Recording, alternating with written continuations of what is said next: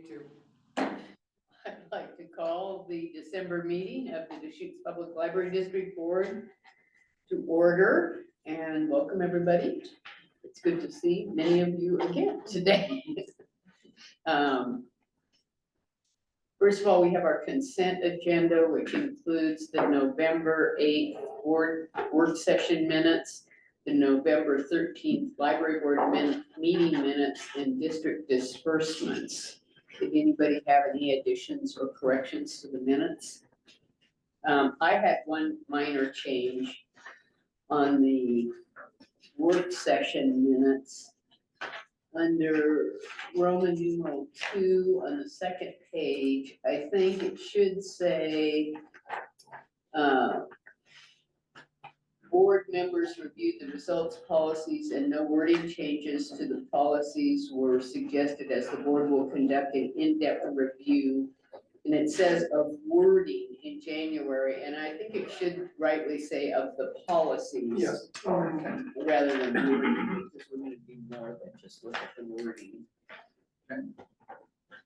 And the other, this is kind of a quibbly change, but on the first page, it says realization of Wayfinder as a bookstore model. And I think it should say something more like as a bookstore-based collection organization model. We call it a classification system. Okay, that would be good. Or even the browsing model, which is what we'll talk about largely tonight, but either one of those would be a little bit clearer. Yeah, I thought it should be clarified. So given that, I would entertain a motion to approve the minutes as corrected. I move to approve the consent agenda with the noted changes. Yeah. Second. Thank you.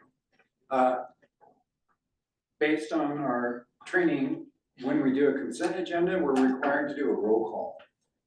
Okay. So, yes. Oh, so you just need to do a roll call. Okay, Aaron. Yes, aye. Ann? Aye. Buddy is And not I'm not sure how roll present. calls work, so I'm gonna do it for you. Yes. Yeah. Aye.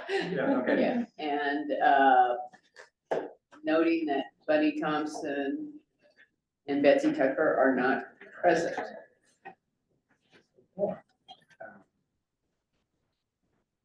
I don't believe you have to do roll call on anything else, but I do need to mark down everybody's votes. Right, I don't know whether you have done the state of Oregon training yet, but I did it last week and they had some things, some new things that I wasn't aware of, including our names have to be listed for each vote. Even though if it's unanimous. Right.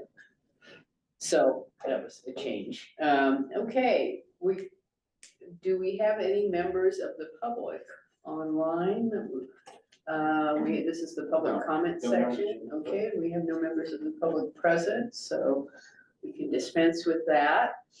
And because our auditor will not be available until 7, we're going to go ahead and jump to Emily's education report on collection development. Okay, and then, I know some folks like to present more casually, but I like to present more officially. So I'm gonna come up here just so that I have, you'll be near the screen while I am talking with you. You don't have to look back and forth. You can set it over here. I don't know, be in front of the screen. Oh, it's not, is that not letting you share? Is it touch screen? No, it is, I'm just saying I'm gonna be in front of the screen if I set my computer over here. Just looking for a good spot to perch the computer. Scoot around. Yeah, let's scoot down. I know, it's my fault, I'm too official. You're spoiled from presenting in red. I know, that's gotta be it. Here, Make sure this works. Is that okay, Erin? Are you sure? Yep. I did just see one of those kind of thoughts. Okay. I did too, so we'll just, okay, good, we're matching. And let's see, how come? I think if you change the view to full screen. There we go, right? And you can minimize us. It did it on, Perfect. look at this smart board being smart. I'm so proud of this. It's been so finicky. Well, hi, thank you so much for having me. I really appreciate getting to have the time to talk to you all about the collections. And Erin, this is my first time presenting with you. So I'm glad to see you in person, actually. I think I've only ever seen you via Zoom as well. And Bunny's joining us. And Bunny's joining us, that's wonderful. I was hoping, I haven't met Betsy in person yet either, so next time. So today is a little different than other collection development presentations that you've all have gotten. Typically, I throw a lot of numbers at you, and I give you how the collections are performing in circulation. Can I pause for a second? Please. I do want to stop and acknowledge that our reigning librarian of the year is Emily. Thank you. Yeah, thank you. That makes me happy when people say that, because I'm like, I don't want to walk around and be like, librarian of the year, librarian of the year, but it's pretty Yeah, nice. It's a big honor. Thank you. So yeah, usually I talk a lot about statistics, and what's interesting about this year is statistics are really hard to give you because our collections have been doing a lot of different things. We have buildings that are closed, we have collections that have been in storage, we have buildings that are open. And so if I could give you numbers, but they probably wouldn't mean much. But what would mean a lot more, which seemed way more valuable, is why are we making some of the changes that we're making? Because our collections are really innovative and unique. And I don't think I've really had a chance to tell you about the philosophies behind the remodels and the directions we're going. So we're talking big picture. There are a couple numbers for you, because I wouldn't be a librarian if I didn't give you some statistics. So I'm gonna start with the statement at the bottom of our opening screen, which is, we have what customers want and they find and access it easily. This comes from technical services. So we have a vision statement, and actually, before I go too far, I need to make sure, oh, okay, good. I'm like, I don't have my slides with my notes. Technical Services has a vision statement that we created back in 2018. This comes from site visits that we did to other libraries around the country that had similar demographics to us. They had the same service population and same money for collections, but they were outperforming us. And so we wanted to visit them and see what it was that they were doing differently than us. And the biggest thing that we took away from that was they all focused on, which is gonna be a bit of a spoiler, the browsing model, which has kind of led many of the decisions that we've made moving forward since 2018. Let's see if that works.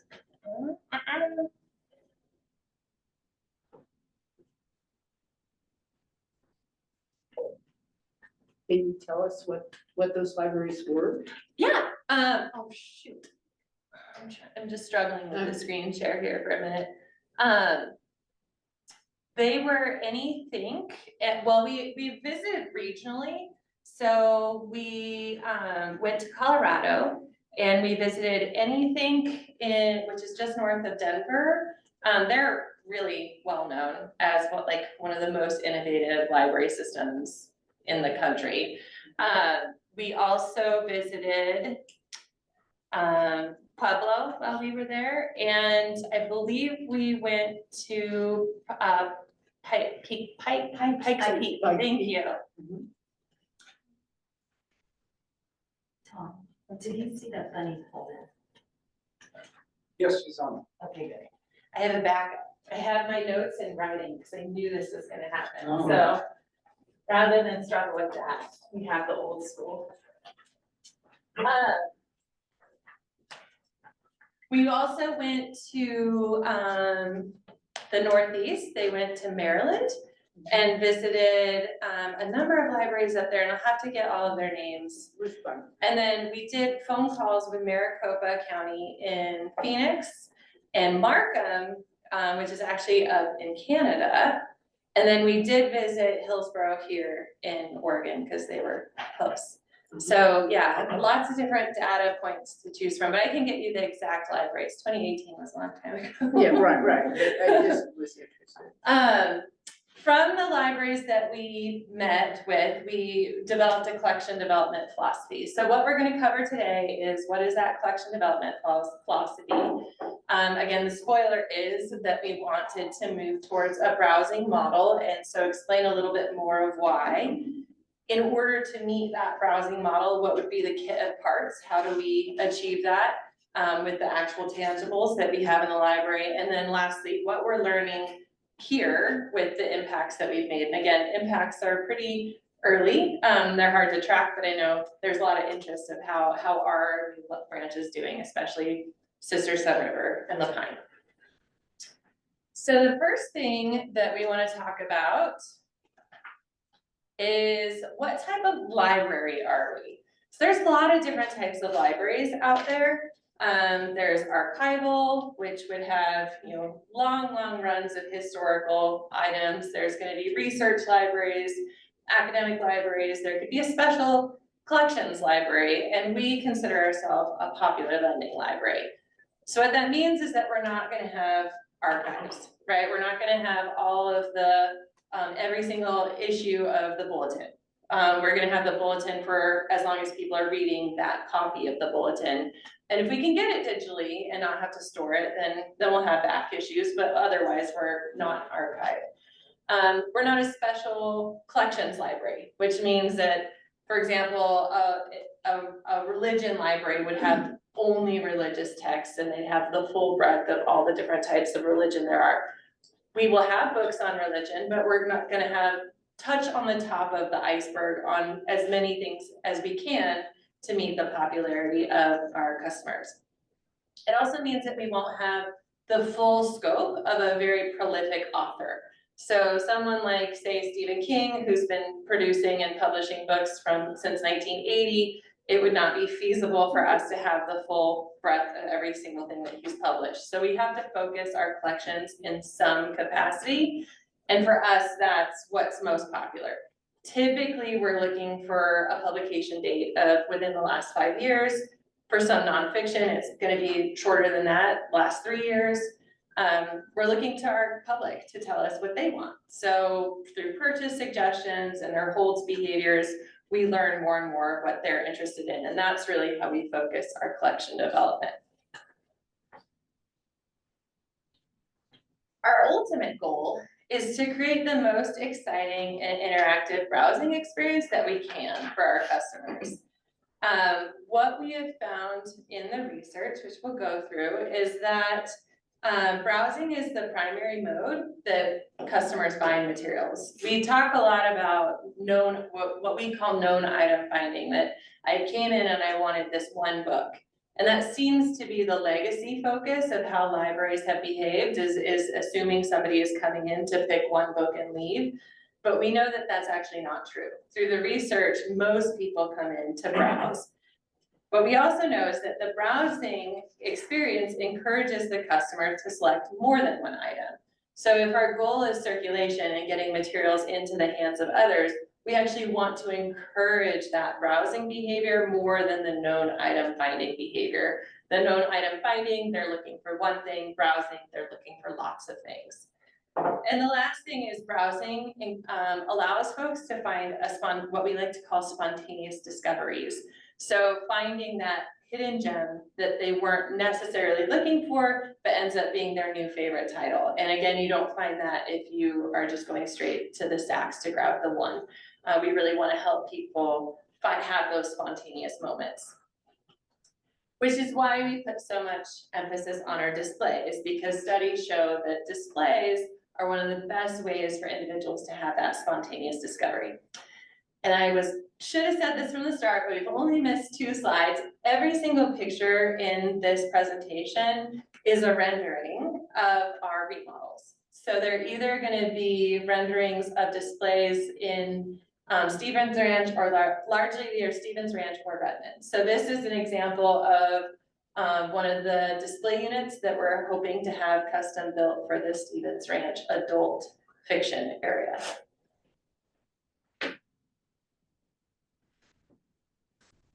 So what does this mean? Ultimately, browsing, this quote means a lot to me. I feel like it really speaks to what we're trying to accomplish. It comes from a blog that is titled Don't Shush Me. And it's all about innovation in libraries. And she says, the goal is to make the shelves sing, to make your shelves sirens who call to their readers and tempt them to stay and play a while. My vision, which is the journey I'm going to take you on, my vision for the libraries is the idea that we're visiting a bookstore. And I'm gonna stop even right there because every time I say that, my heart gives a little beat of like, oh, I love bookstores, that sounds fun, right? So you get an immediate reaction just by the statement of a bookstore. But let's pretend we're in a bookstore and you're entering just because you have time, because you love them and they're a place to gather and you don't really know what you're looking for, but you know you want to spend some time there.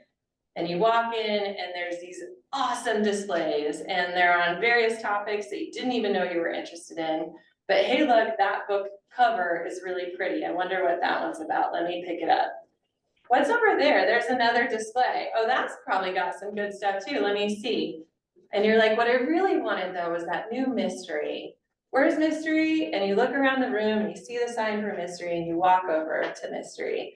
And there's maybe the author you had there and maybe there isn't. But in the act of looking, there's lots of face outs and you're grabbing more and more things. And before you know it, you've been there for an hour and you have a pile of books this big. So then you go to find a chair, right? Because you realize I need to look through these. I don't know which ones I want. So I'm gonna find a comfy spot to perch, maybe in front of a fireplace or in front of a really beautiful view.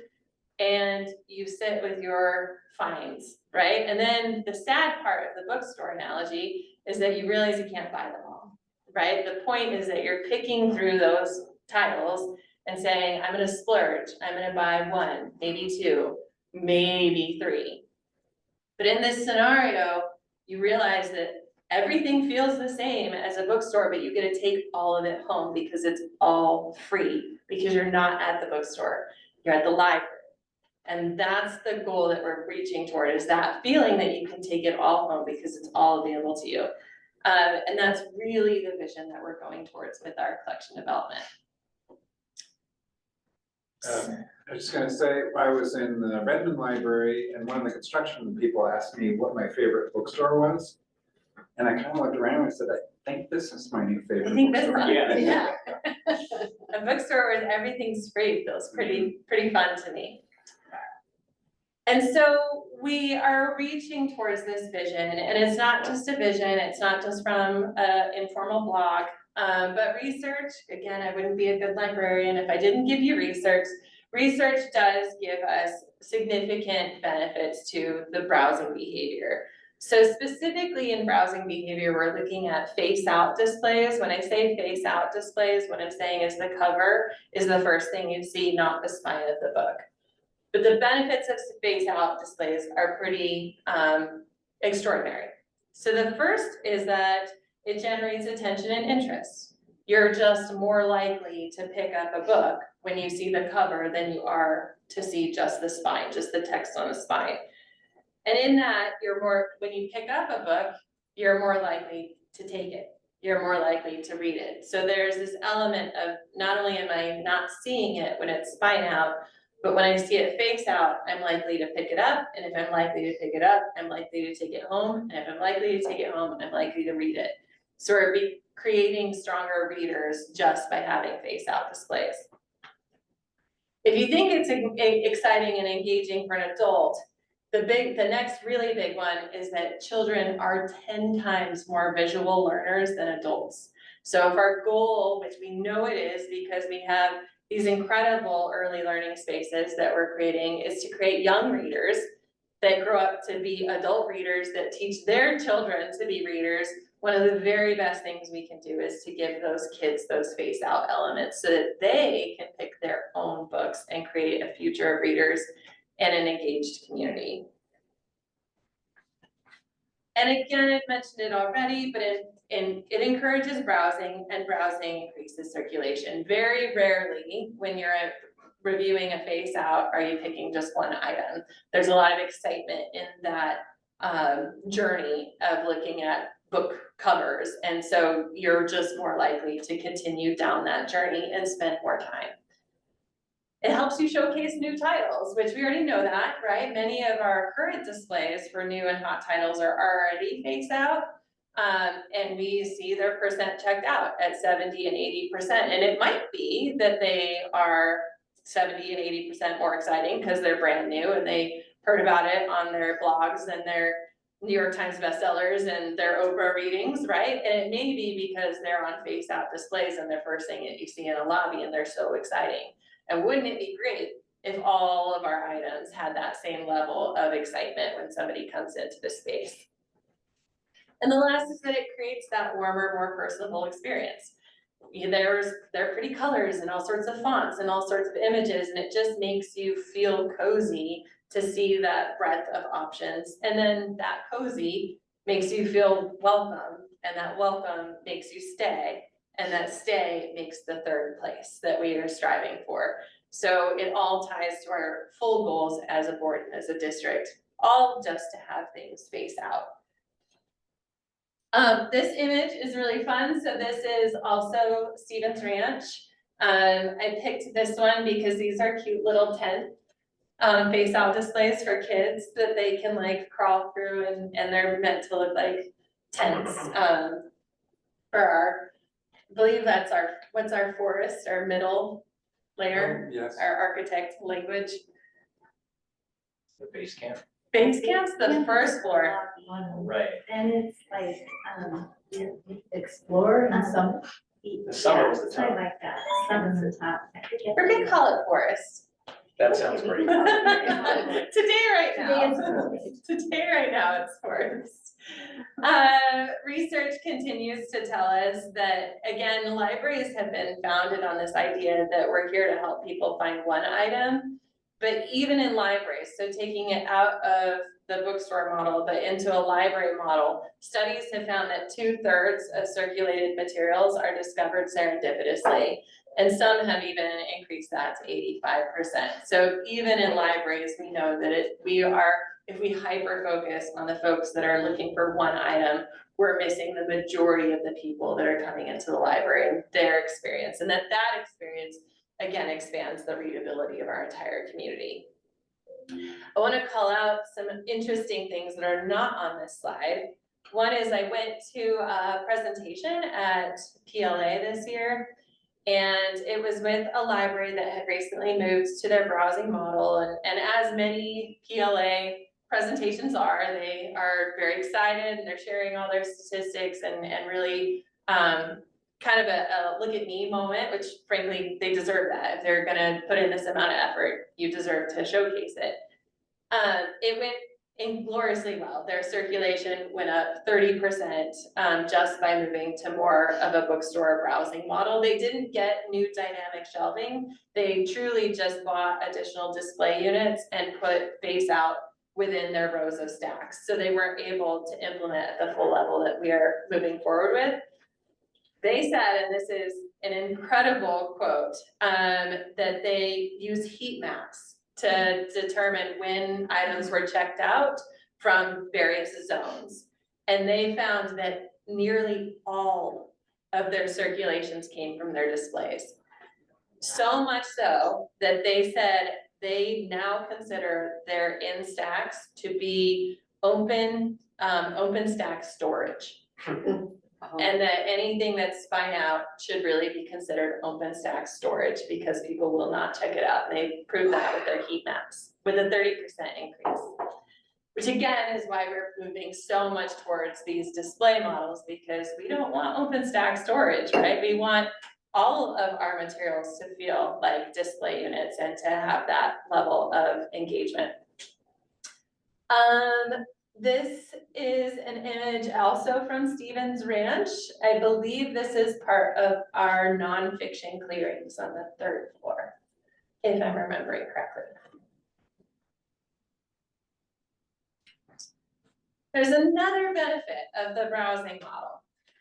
And that comes down to our commitment to equity. And this one is a little less known, but I think it's one of the most important.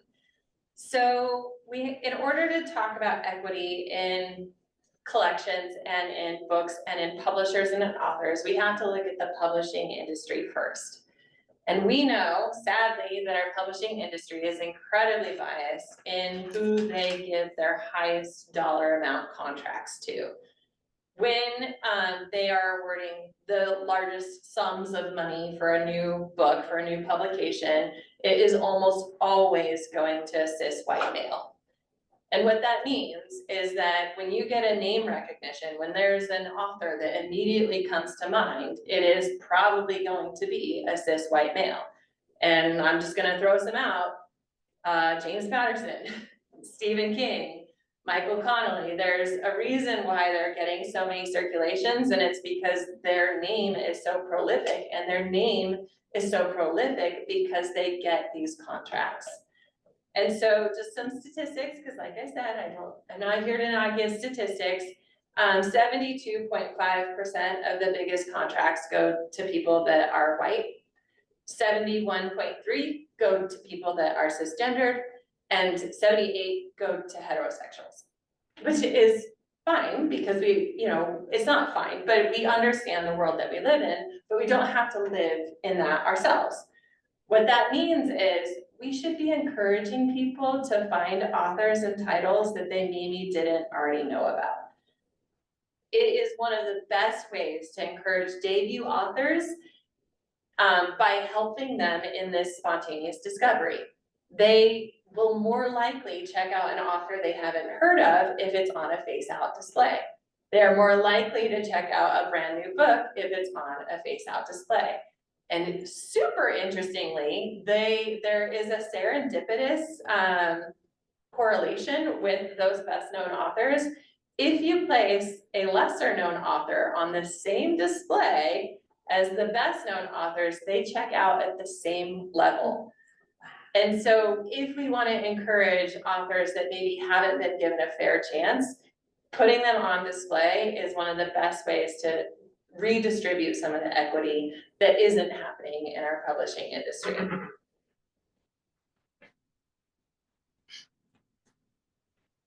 So that's our philosophy. As promised, I need to take you through the kit of parts. So how do we get there, right? We've talked a lot about vision and the why and the statistics and everything I've learned through all of these years of research. And now you have to take some action. You have to make this somehow. And there are some pretty foundational elements that we chose in our building remodels. The 4 that I'll cover today are dynamic shelving, displays, collection signage, and of course, Wayfinder. So dynamic shelving, this is also a quote from the Don't Shush Me blog. And I'll just read this because again, I think she speaks very eloquently. She says, dynamic shelving is all about what's best for the reader, especially the reader who is looking to browse, to taste, to explore. The reader who doesn't know the exact book that they want yet, but for whom, therefore, the traditional spines out author ABC order isn't especially helpful. So that's who we're serving, that's what we're looking for.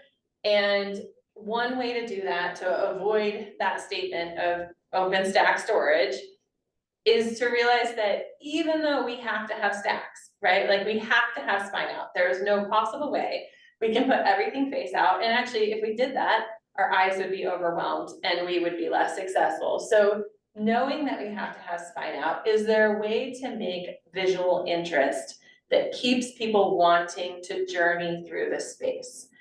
You don't journey through row after row after row of spine out, spine out, spine out. That is overwhelming to the eye and is less engaging to the user. So how you get an individual to stay on the journey, even with all the spine out, is to create changes, subtle differences that make people wonder, what's over here? I should go see what's that direction. And so what you're seeing in this screen is a overhead of just a directional change.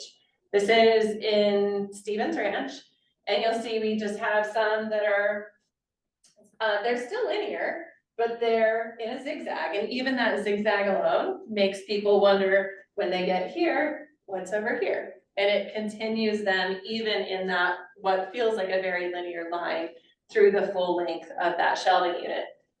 We also have broken it up with landing, what the architects called landings. This is gonna be a periodical area, so serials on the 3rd floor, but little spaces where people get a breath between those long linear lines. Dynamic shelving, in a nutshell, is anything that adds a visual interest to your shelves. So any element that's gonna break up the monotony. Another example here is, again, these shelves are in that same overhead kind of a zigzag that we saw on the previous screen. Some are shorter, some are taller, some are horizontal, and some are lengthwise. And this is all on the effort of keeping people wondering, what's this direction, and working their way further and further into this space to continue to browse and see what's around that corner. Maybe there's something interesting and new. This is also from Stevens Ranch. We also have display units. So our display units are rolling out. They've already rolled out at Sister Sun River La Pine, and you'll see quite a few in Redmond. I was helping them set them up just yesterday.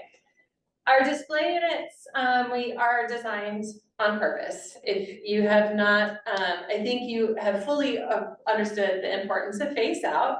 So our display units are intended to be fully face out. So you shouldn't have a spine out element on any of our new display units. And the hope is to, again, get those covers viewable as opposed to the spines.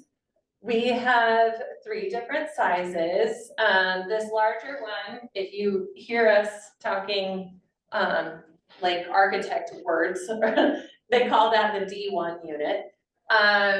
We see that for large themes. So if we wanted to do something around, say, a program or no DPL, and we have a lot of content, let's say it's cooking, and you have 60, 70, 80 books that you want to put on it, that'd be a great option. In Redmond, we're going to be using those for our hot titles. We also have smaller, which we call the C1 and C2, and they look nearly identical, but one of the favorite elements is one of them is about this tall. And the reason for that is that they're face out for kids. So the intention is to keep the profile lower for the kids' visual eye plane, so that they also have a chance to enjoy the browsing experience throughout their spaces. They both hold the same number of books.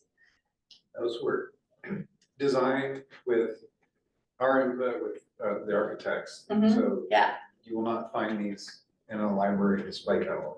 No, and actually, to prepare for these decisions, we have a merchandising and display committee, and about 2 years ago, we did buy one of about every type of display unit we could find, and have been testing them out for I'd say about a year when we were working on designing these, to figure out which elements we liked and didn't like, so that we could offer constructive feedback on what worked best for us.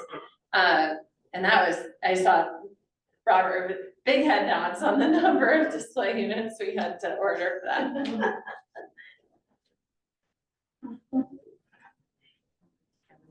We also have, which are what we're calling picture book bins, so they're pictured here. In our ideal world, we would have been able to have all of our picture books face out. I think you've probably been to some libraries where they have really cute, design shaped picture book bins throughout the whole space. One thing that we do need to realize is for every element that we're adding and talking about here, when we're lowering the profile of shelves, when we're putting things face out, when we're making space for these clearings, it all comes at a cost. And some of that cost is collection capacity, right? If we were living in linear shelves that were all, you know, at the same height that they are downtown, then we could hold more. We could have that, you know, spine out and we could have more, but we know that we want to have a different vision. So with that face out, if we went to entirely face out with our picture books, we would have had to cut the collection capacity at a level that we weren't comfortable with.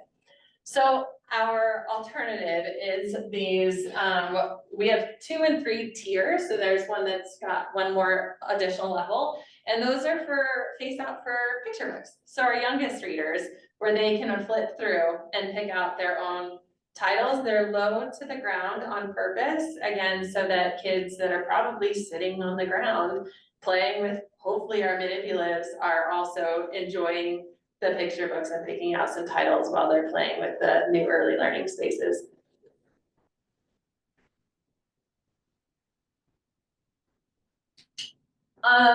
Another new element to all of our branches are that we are bringing some collections that were previously back of house, front of house. So all of our branches will now have curriculum crates and book club kits. And this is for a few different reasons. One, as I just mentioned, we haven't had space for these to even live in public spaces. So these have actually had to live in staff-only spaces in downtown Bend, which means that not a lot of people even know we have curriculum crates and book club kits. We learned this when we were testing and piloting the Library of Things. Originally, the Library of Things was behind staff spaces, and they never checked out. People had no idea that we had a Library of Things. And it wasn't until we brought them to the public eye that they started to circulate and grow in interest. We are already seeing this with the book club kits, and actually the curriculum crates, that as soon as you bring them out to the public, there's, what is that? And then people are starting to check it out. In smaller branches like Sister, Sun River, and La Pine, we recognize that we may not supply those smaller branches with the exact book club kit they want, but we have floating collections. So the exposure to the idea that DPL has book club kits is already encouraging circulation on those, because you might not have the book club kit you want at La Pine right now, but they're placing holds and they're sending those kits all around the district. And then the last is just consistency, right? So part of the thing that we're looking at with all of our remodels is that any branch you go into will feel like a Deschutes Public Library location. And if we only have one service at one location, we're not gonna have that consistent feeling. We're not gonna feel like we're one collective unit. And so it's important for us that anything that we supply at one location gets to have some level of opportunity of exposure at another location.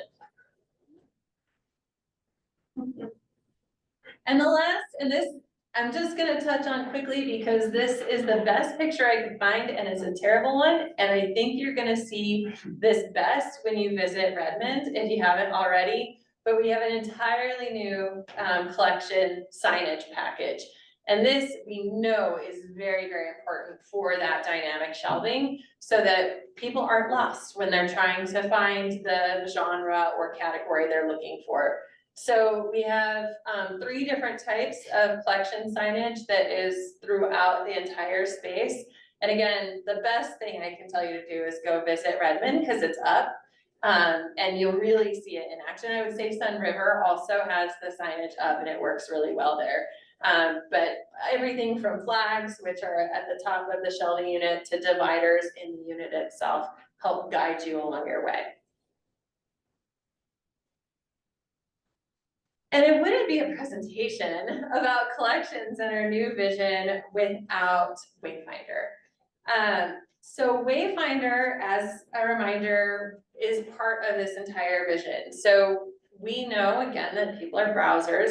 We also knew that people didn't necessarily know how to browse the nonfiction. When all you see is numbers, it makes it really difficult to even decide if you're in the right area or not, let alone encourage you to choose to check, stay there for a while and see what else is there. So we did move to our word-based classification system, and it would only be fair to talk to you a little bit about how that's going. Before I jump to statistics, and I shared this last year, I take it with a grain of salt. As I mentioned at the top of the presentation, our collections have gone through a lot this year between having to move all of Sisters and La Pine to downtown Bend for their closures. Redmond has been in storage. Sisters and La Pine had to go back. Redmond is coming out of storage. We bought new opening day collections. So take it with a grain of salt. Because of all of that, we are only looking at downtown Bend for our Wayfinder statistics. And the purpose of that is it's the most stable. I won't say it is stable, but it is the most stable of all of our collections. It has had the least impact done to it. So if we want to look at how has this one element been, it's the only one that we can isolate down to that level of everything that's happened, what could be the impact to these changes, and Wayfinder could be the impact. So with that, we are seeing pretty significant success with Wayfinder. So let me explain this a little bit. So we are looking at 0 would be your baseline. So 0 is what our average was before Wayfinder, and actually before COVID. So I was decided to start our statistics at were our collections behaving before the world went chaos. And as that as our baseline, pre-COVID, pre-Wayfinder as a 0%, are we above or below that? So from that, we are seeing that the average, and these are also averages that I take over every month, so it goes up and down, but the average above that pre-COVID baseline, adults has seen about a 12 to 15% increase in their fiction. Amazingly, adult nonfiction has gone up in use by over 30%. Nonfiction universally has gone up, even with teens, which teens we know are very difficult to reach and meet. As a matter of fact, the only places that we're seeing a decrease are in DVDs, which is a dying format. Kids DVDs sometimes is below that 0%. I would anticipate when we look at this next year, it will be below that baseline. And then teens fiction, and we know that our teens have been difficult to reach. So we continue to look at how to give them, a better experience and to reach them so that they do become more active readers. Hopefully, again, with some of our designs and giving them their own spaces, we'll start to see that. But not at all surprised with the only 2 that are showing less circulation since COVID, and assuming that Wayfinder is part of that. The other statistic that we are tracking as part of the Wayfinder project, we wanted to see if people are finding the materials more easily.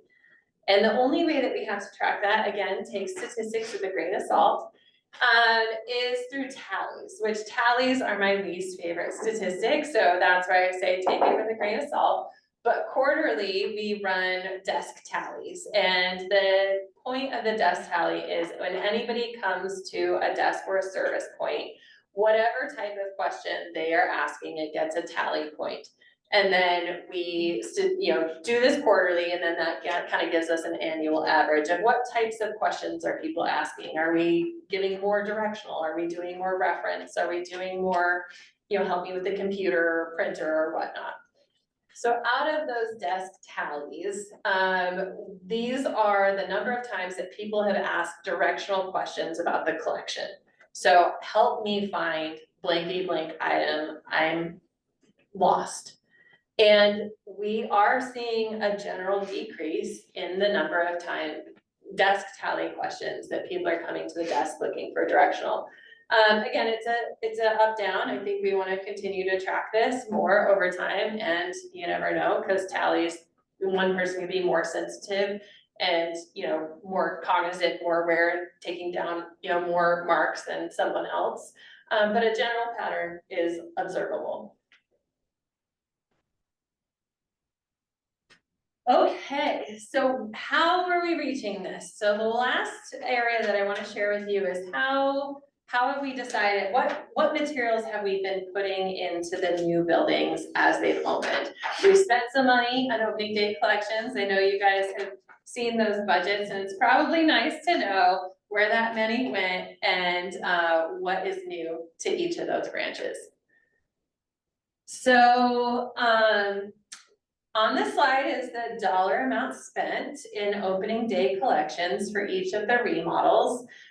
Sisters, Sun River, and La Pine, we are done. We are not buying for them as opening day collections anymore. We have resumed normal collection buying. So of course they have new materials coming in all the time, but this was special money set aside for that opening day. Redmond, we are still purchasing. So some of the things that we're still working on in Redmond, we need to add some additional kids nonfiction. We're still working on buying some new games. And I believe we're still some last bits and pieces for the library of things. What we bought. So Sisters, Sun River, and La Pine got entirely new hot and new collections. And that makes a lot of sense because they were close and they needed entirely new hot and new collections. With that, we also found certain areas where they needed what I'm calling infill. So for example, Sisters, La Pine didn't have nearly enough kids nonfiction. And so we had to buy some additional kids nonfiction. Sun River, because we needed to buy some additional kids nonfiction for La Pine, what we did is we moved a lot of the Sun River items to those two branches, which means that when we opened Sun River, we actually had no kids nonfiction. So that's why we spent more on that for Sun River, even though it has a smaller collection. Redmond, conversely, we've had the temp space open, and one of the only things that we've been buying for the temp space has been hot and new. So Redmond has gotten largely what we call infill. So as I spoke at the very beginning of the presentation, we don't necessarily have the full scope of any one prolific author. We know sometimes people are missing some of that, right? They are wanting some of those titles. And so this was an opportunity for us to buy some of the additional previous publications of some of those prolific authors, or to buy a larger scope of a nonfiction. And our collection circulations. So how are we doing? So I just wanna, again, explain this slide a little bit. I am pulling from when they opened fully. So as we know, La Pine had reclosed for a time in the winter, and Sisters had the flood. So I only started grabbing Sisters and La Pine in April because of those events. And then Sun River, I think I actually grabbed a little too early, so they weren't really open in July. So I would almost ignore that. But it's talking about, we're seeing how circulations are behaving in those branches, and you can see a general uptick. And I don't think we're anywhere close to the end of where that uptick is gonna go. The lines across are their baseline. So that's their average monthly circulation prior to their remodel. And you can see almost all branches have either surpassed or are near surpassing their average monthly. But again, really early to tell, but I know you guys are interested. So I figured I would pull it even though we're still watching those trends. And lastly, the question of collection size. So as I mentioned, in order to meet this vision, in order to have dynamic shelving and display units and face out and clearings, and outside of the collection, meeting rooms and early learning and maker, our buildings want to be a lot of things. And I know we really wanted to have much larger collections going into our remodels. And right now we're not able to do that because our buildings want to be a lot of things. But we did in most circumstances, if not all, meet their same capacity. So Lapine does have an increase. Initially, we actually thought Sisters would decrease to meet Lapine, but what we're seeing is that Lapine was actually able to increase to meet Sisters, which was a pleasant surprise. Sun River has roughly the same size collection. And again, Redmond, take it with a grain of salt because we're still buying some things. I am thinking there's about 2,000 or 3,000 items that are actually missing from the Redmond final collection size. So roughly opening up with the same size that we had, with all of the added perks that we're hoping to bring to the community. So the last thing I want to leave us with on this portion of the presentation is just a reminder that our goal is to create the most exciting and interactive browsing experience we can for our customers.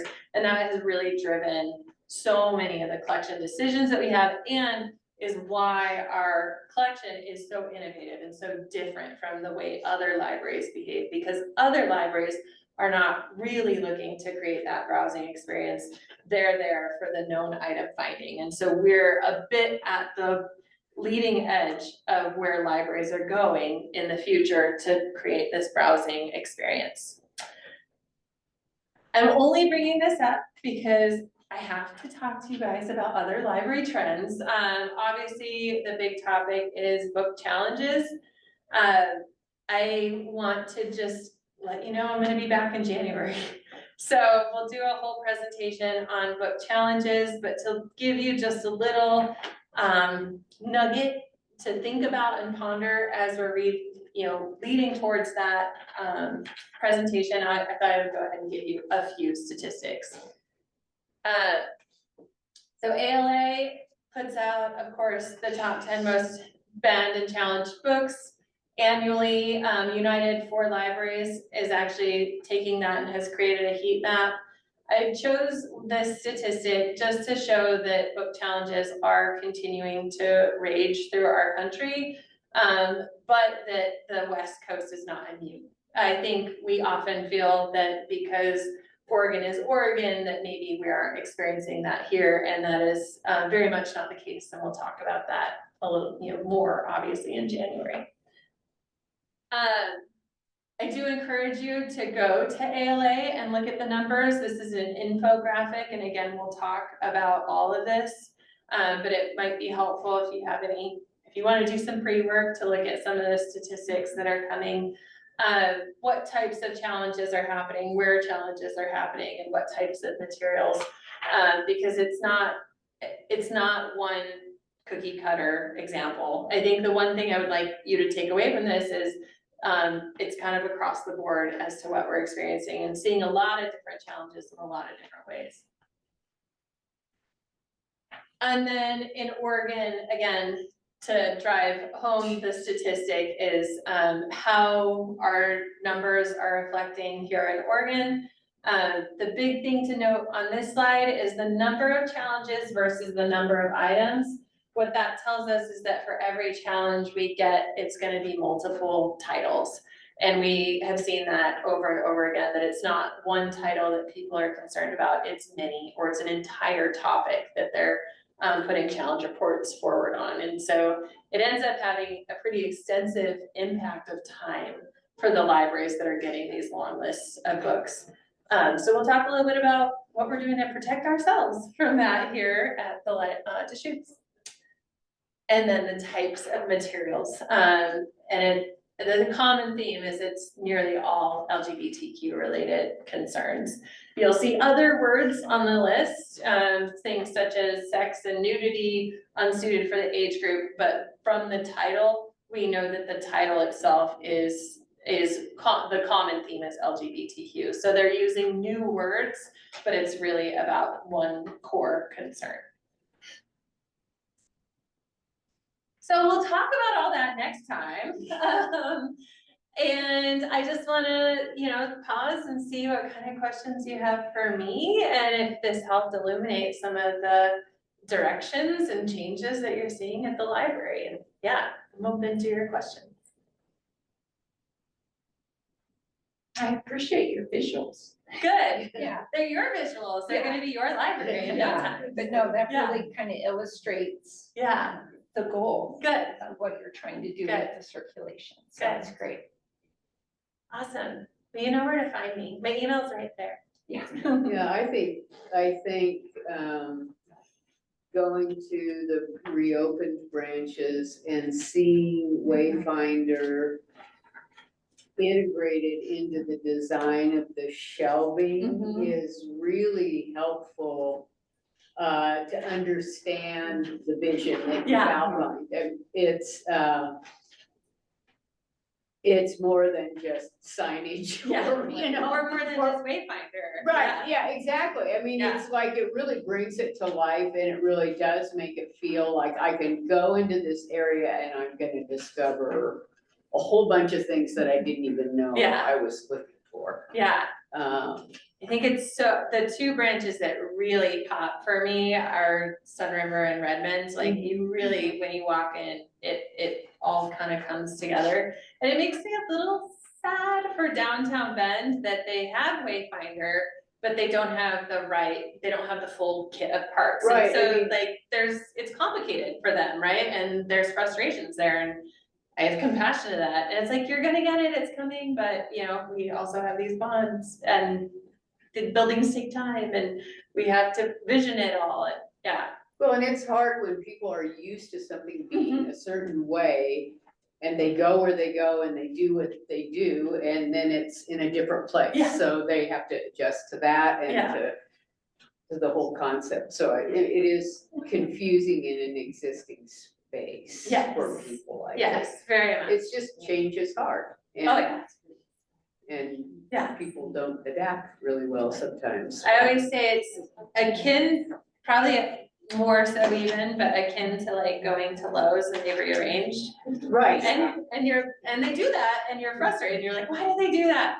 And then enough time goes by and you totally forgot how the old way was. Right. But we're gonna be living in the, what did you do? And we have had that already, like each opening is like, why is it like this? And then, like I was talking with our merchandising and display committee just yesterday, and our member there, Tommy from Sun River, someone in Redmond was asking like, well, how do you help people figure out where to go in the fiction? Because it's not alphabetical, it's by your adjacencies, right? So action and thriller is adjacent to mystery because that readership has overlap, and Mhm. romance is adjacent to historical because there's readership overlap. And so someone from Redmond was saying, why is that? And I'm like, they're gonna be so nervous and it's gonna be so difficult. And Tommy from Sun River was like, you explain it one time, they're like, it makes so much sense, and then they love it. And so it was really nice to have team members help to like assuage some of the concerns, but you do have to say it one time, right? Like when they ask questions, helping explain that is an important element to like getting people used to the new space. So what is the strategy if people that are picking up holds, that's sort of the extreme example of I came here for my books. My one thing. My yeah. one thing. Yeah. How do you draw them into the rest of the collection, or is that sort of a secondary thing that will be addressed down the road? Well, I mean, partially we're gonna know, right? Like we're just gonna have to see how behaviors work, but the towers, the C1 and C2 towers. So in Redmond, we strategically placed 2 towers on the walking path to the holds. So the hope is that we're gonna have display units on the way to the holds that are gonna make people be excited. This was not intentional, I'm just gonna call this from the start. I think it's gonna be a happy surprise.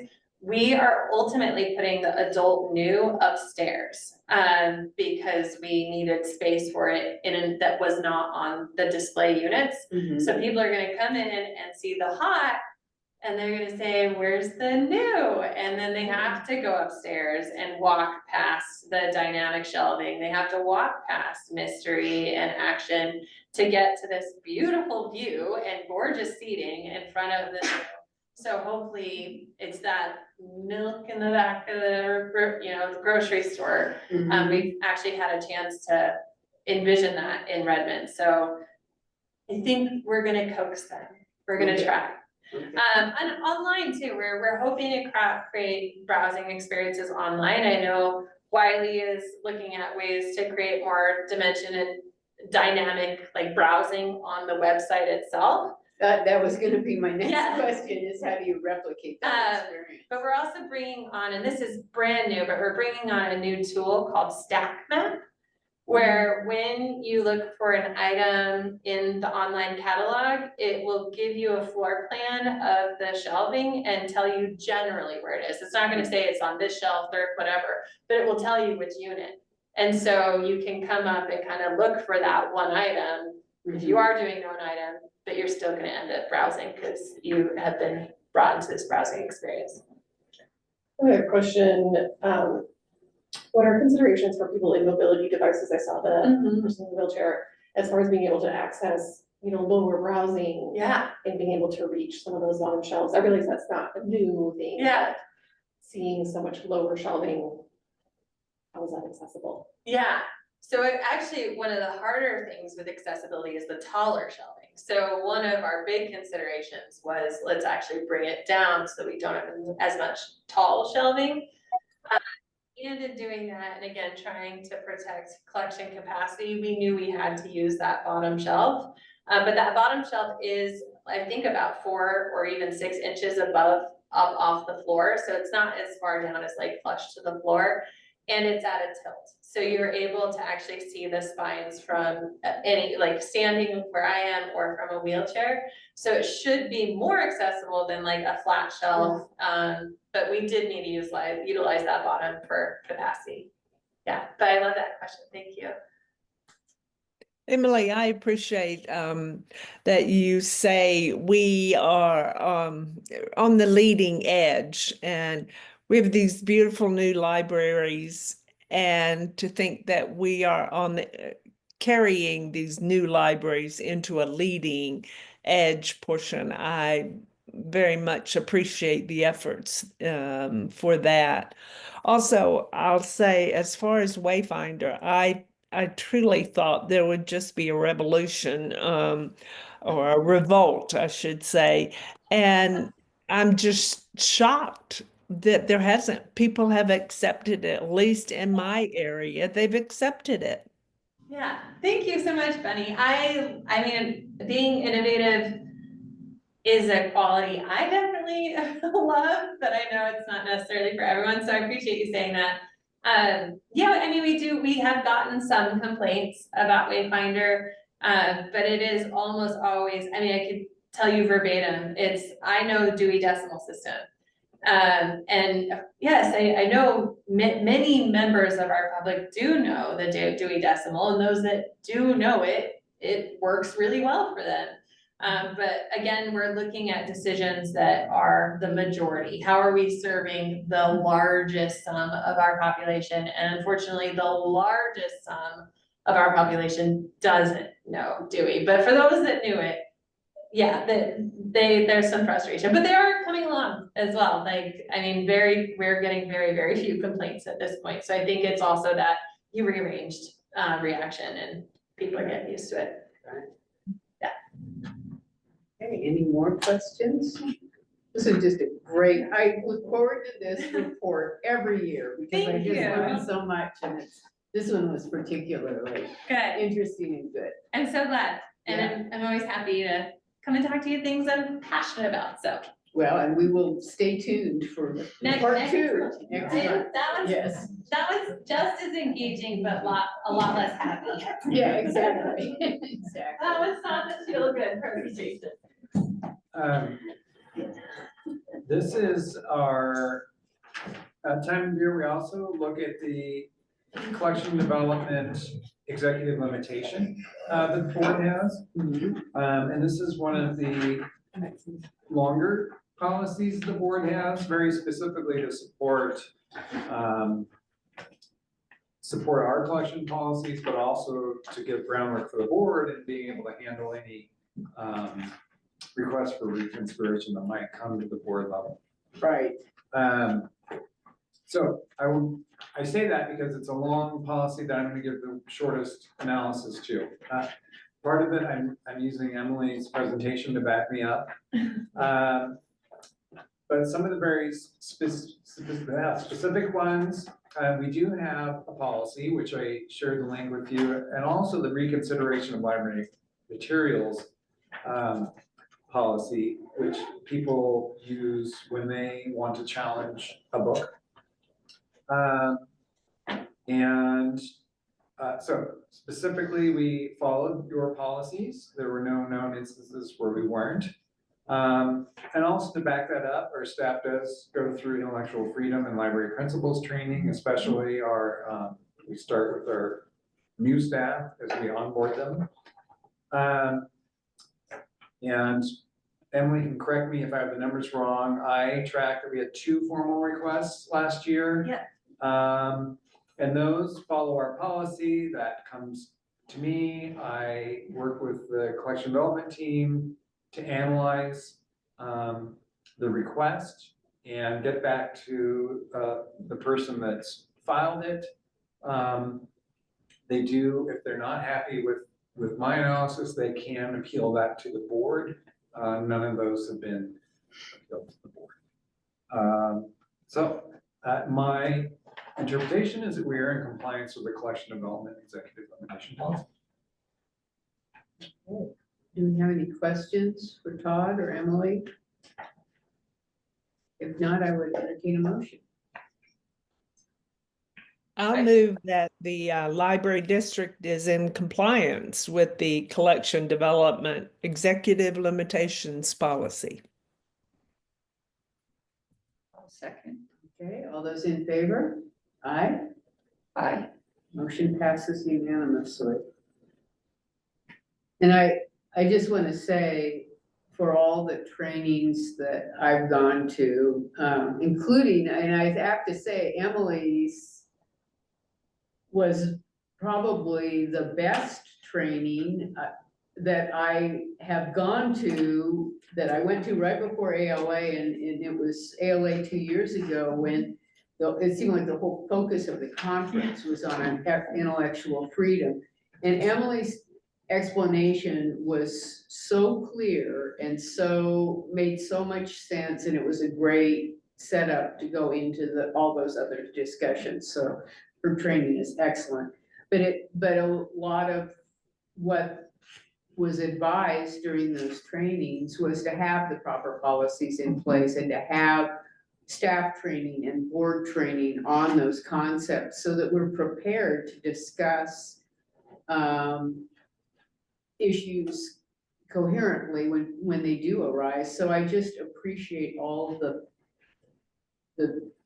in the background work that has been done to get us to a state of readiness to be able to explain to the public why these concepts are so important. So thank you for Thank all of you. your work. Having trained boards is one of the most important things also, so thank you. Yes, and Yeah. thank you for the work that you do statewide as well, because it's a problem all over Oregon, and luckily it has not been a huge problem here.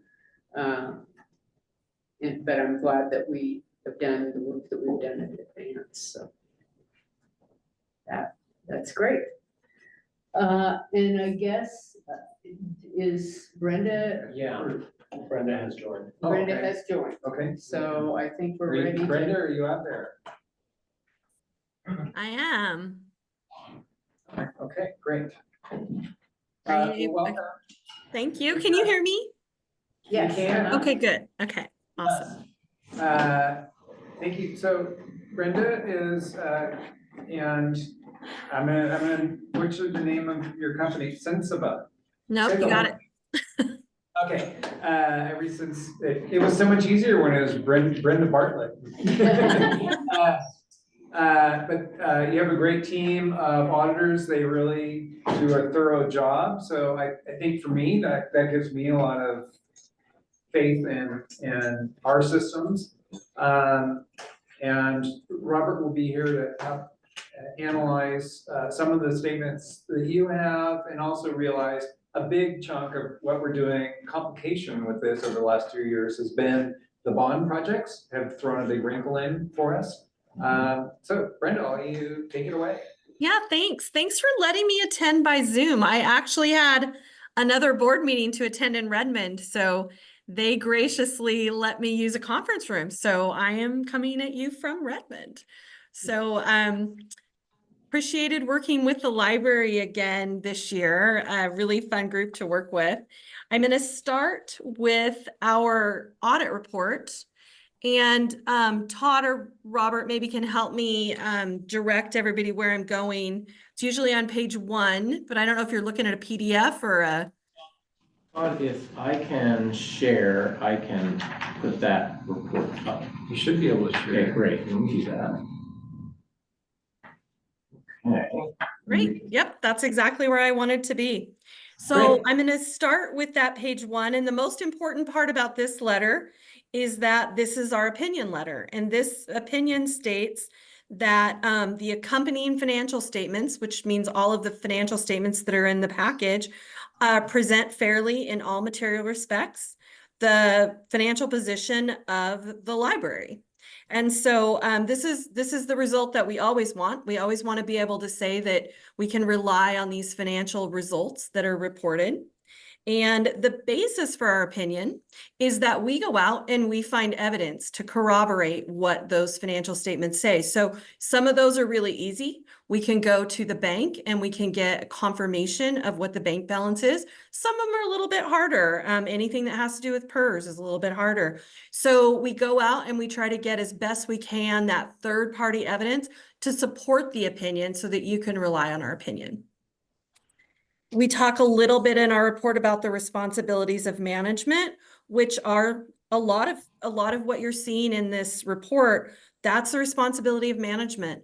They are responsible for preparing these financial statements and making sure that they have the procedures and policies in place to ensure that those numbers, before they come to us for the audit, are reasonably stated. So they're correct.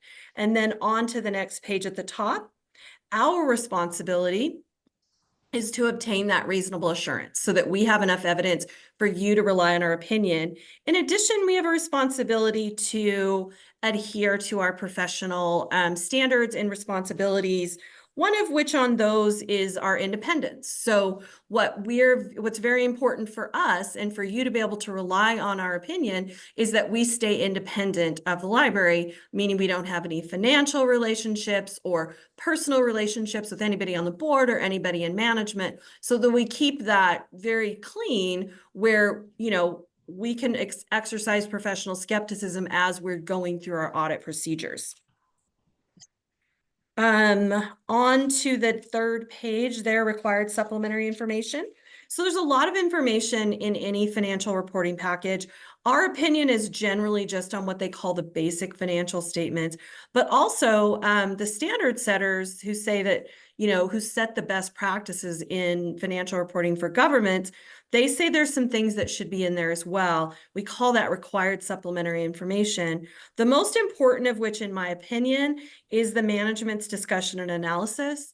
And if you've heard me talk before, you'll know that I always point this out and say, go to that, read that. If you read nothing else in this report, read that. It's a nice bite-sized summary of what happened, but not just what happened, also perhaps why it happened. Like, why did our net position change? Or why do we have so much cash in the bank? Or maybe we don't this year because we spent it all on capital projects. So just a really good place to go to get management's opinions about, what happened this year and why did it happen. So it's one of my favorite parts of the package. Next page, other information. Again, there's other stuff in here that we don't give an opinion on. And so we just want you to be aware that we give an opinion on the basic financial statements and that's it. And then we do some limited procedures on some of those required supplementary informations. And here at the very bottom of our letter, I am talking about the financial statement audit in this report, but we also, when we are auditing municipalities in the state of Oregon, we're required to do some additional compliance work as well. So we do the financial statement audit and then we layer in some compliance. And these are things that we also are required to report to the state of Oregon on. So I'm going to pause there and ask if anybody has any questions on the actual financial statement report. Otherwise, I'm going to move on to the compliance report. I apologize because I'm showing the one that I haven't. I've gone through and highlighted the things that I felt was relevant to me. That's fine. Oop, hold on a second. There we go. All right. So if you don't mind going to the next report that starts with our letterhead, it's the independent auditor's report by the state. That was a separate Yeah. piece of your package. Yes. Hold on a second. So I think, yeah, there we, it's probably at the very, very back. It Oh, should you know be what? like You're one right. of the last things, Robert, is my guess. Sorry. Yeah, here we are. Hold on. There it is. Okay. So this is the report that's required by Oregon. The secretary, it's really by the legislature, but the Secretary of State administers these requirements. So right there at the bottom is a bolded list of things that we're required to look at. And that includes things like, did you go through the budget process in adherence with the state law on that? Did you do all of your public contracting using the competitive methods that are lined out in the law and your own policies? We look at programs funded from outside sources. What that means is if you get grant funding from either a state or a local or federal government, we're required to look at those if they're large enough and make sure that you've complied with any strings that the donor or grantor has put on those. Making sure that you're investing surplus funds in accordance with the law and also your own policies. And so what you see at the top of the next page is that as we did all this testing we went through, we didn't find anything that came to our attention that caused us to believe that the library wasn't in substantial compliance with all of these laws and regulations, contracts, and everything that we looked at. And then that last little piece there about internal control.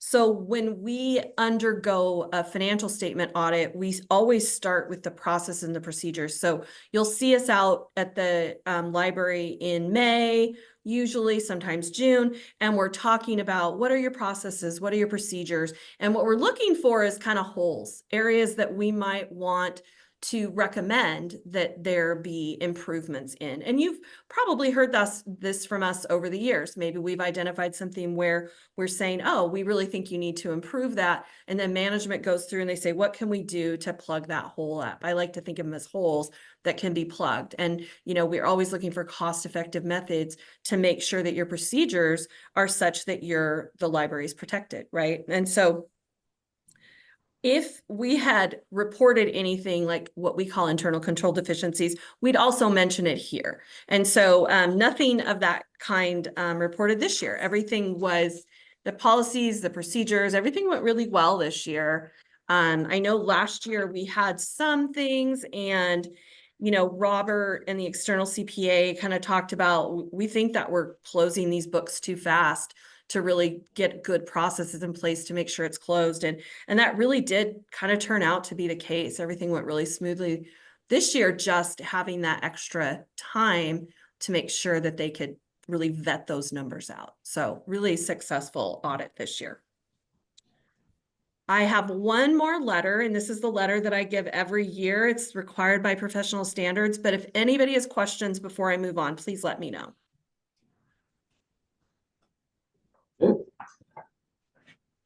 All right. So Robert's pulled the letter up. So what this is that many, many years ago, the professional standard setters that we live by as we conduct audits really decided that we're not communicating with boards enough. We're working only with management. We're issuing a report. We're done. We're not talking to the board. And they really felt like that was a disservice to the governing bodies who are ultimately responsible for this financial, the finances of the organization, right? So this is a laundry list of things. It's a very prescribed format, but there are things that we as a profession think are really important to share with the governing body at the end of the audit. And so we talked a lot about bullet 1 here, our responsibility when I talked through the report. And then we communicated to you previously via email the scope and the timing, where we thought we were going to be starting, where we thought we were going to be ending. And so that's been communicated to you. At the top of the next page, as we're getting that understanding that we are, planning, we're looking at risk. So one of the things auditors do is we really look at risks, and that helps us decide where we are going to spend our time. Because we can't look at everything, right? We can't look at every $10 item or we'd be there the whole time, right? So we really focus our audits using a risk basis approach. And so when we sit down and what do we know about the organization, we read the minutes, do a lot of work. What do we know that would lead us to where we really want to spend the most of our time? And so we call that a little bit, Robert has that highlighted there. It's our assessment of inherent risk.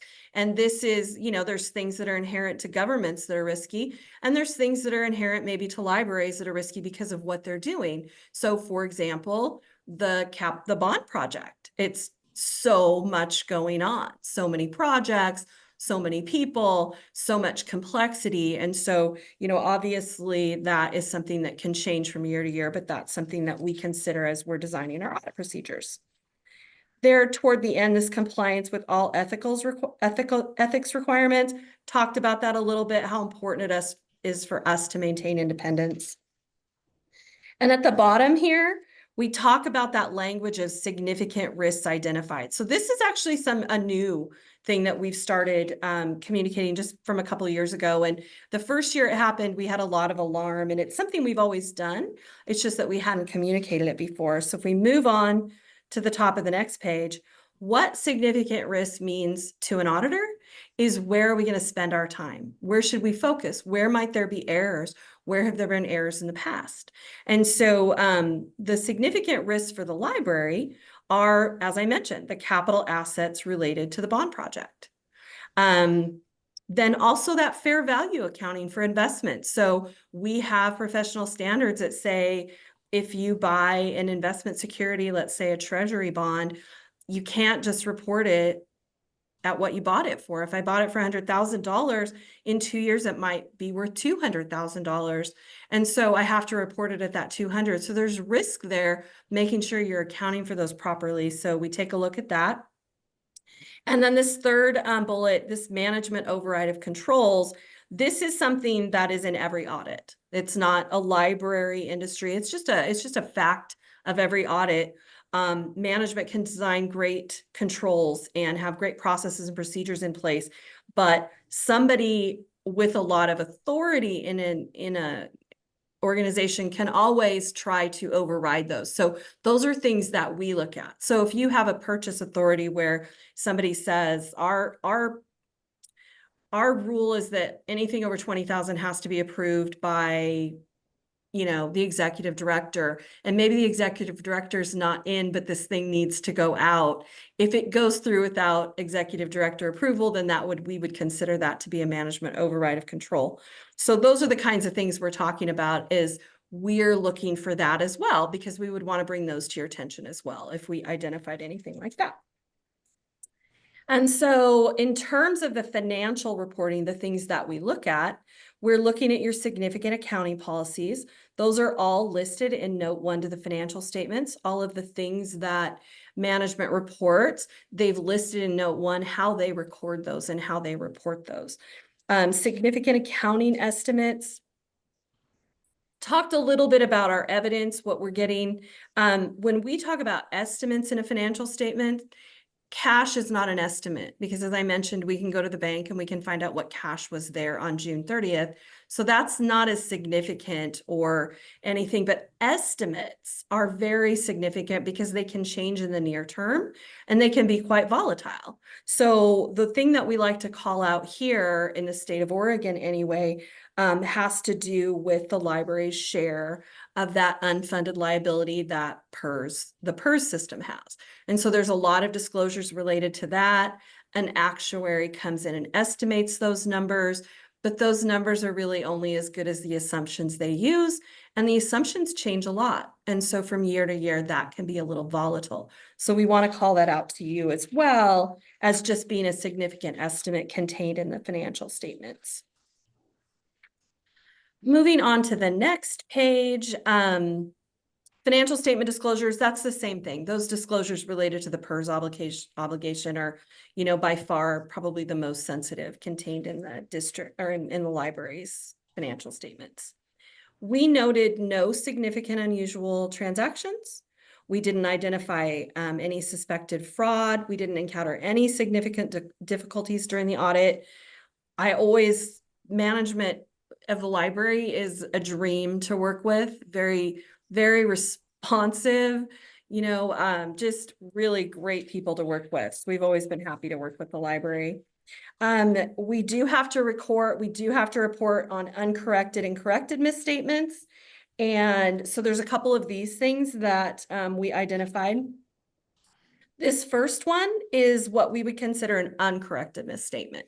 And so remember, we're talking about materiality. So we're saying something that's a small amount overall, and small to an auditor might not seem small to everybody else, but small to an auditor, we might say, look, this isn't going to change anybody's decision it's not going to change a financial decision if this is done or not.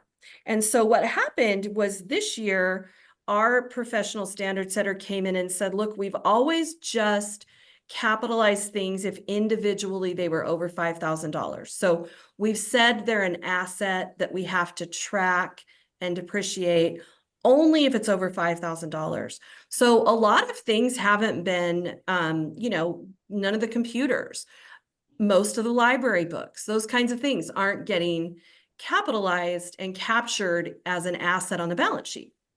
And so this last year, they came through and they said, well, look, we never really meant it exactly that way. What we really want you to know is if there's a bunch of things that are together over the 5,000 and they might make a big significant difference to somebody, we would like you to capitalize them as a group or a collection. So changed a little bit. And so I know the library's on it for the collections. That's the biggest piece that will be a change. But there was, I think, some laptops and monitors, and we noticed it, and we talked to the library, and we decided it wasn't material enough. It was material enough that we have to call it out to your attention, but not material enough that it would misstate the financial statement. So that's what we consider an uncorrected.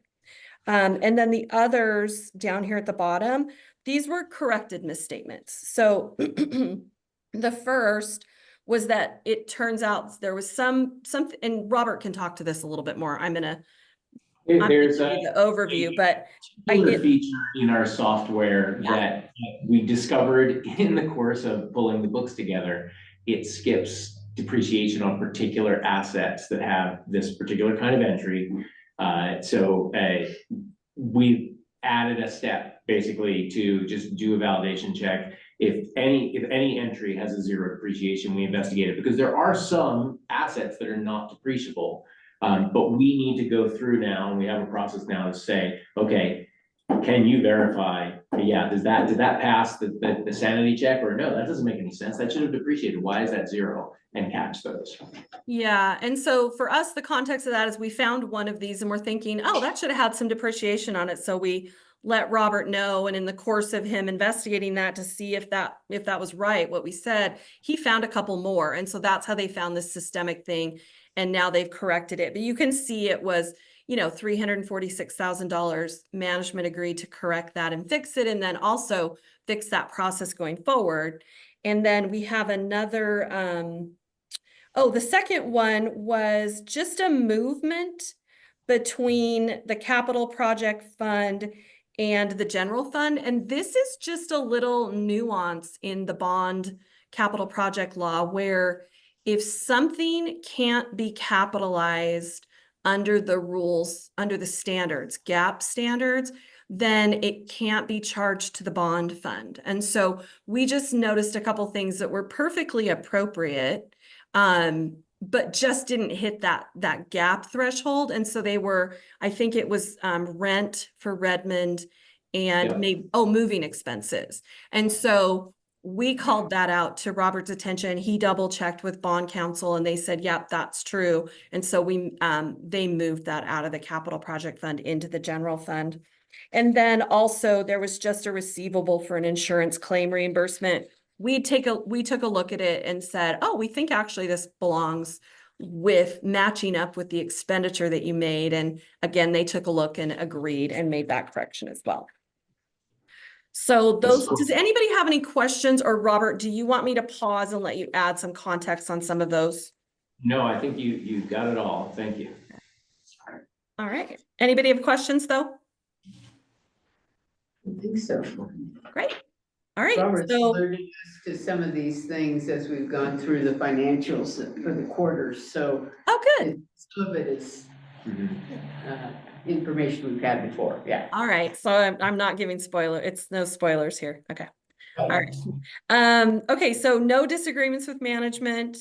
Our report was not modified, as I'd mentioned earlier.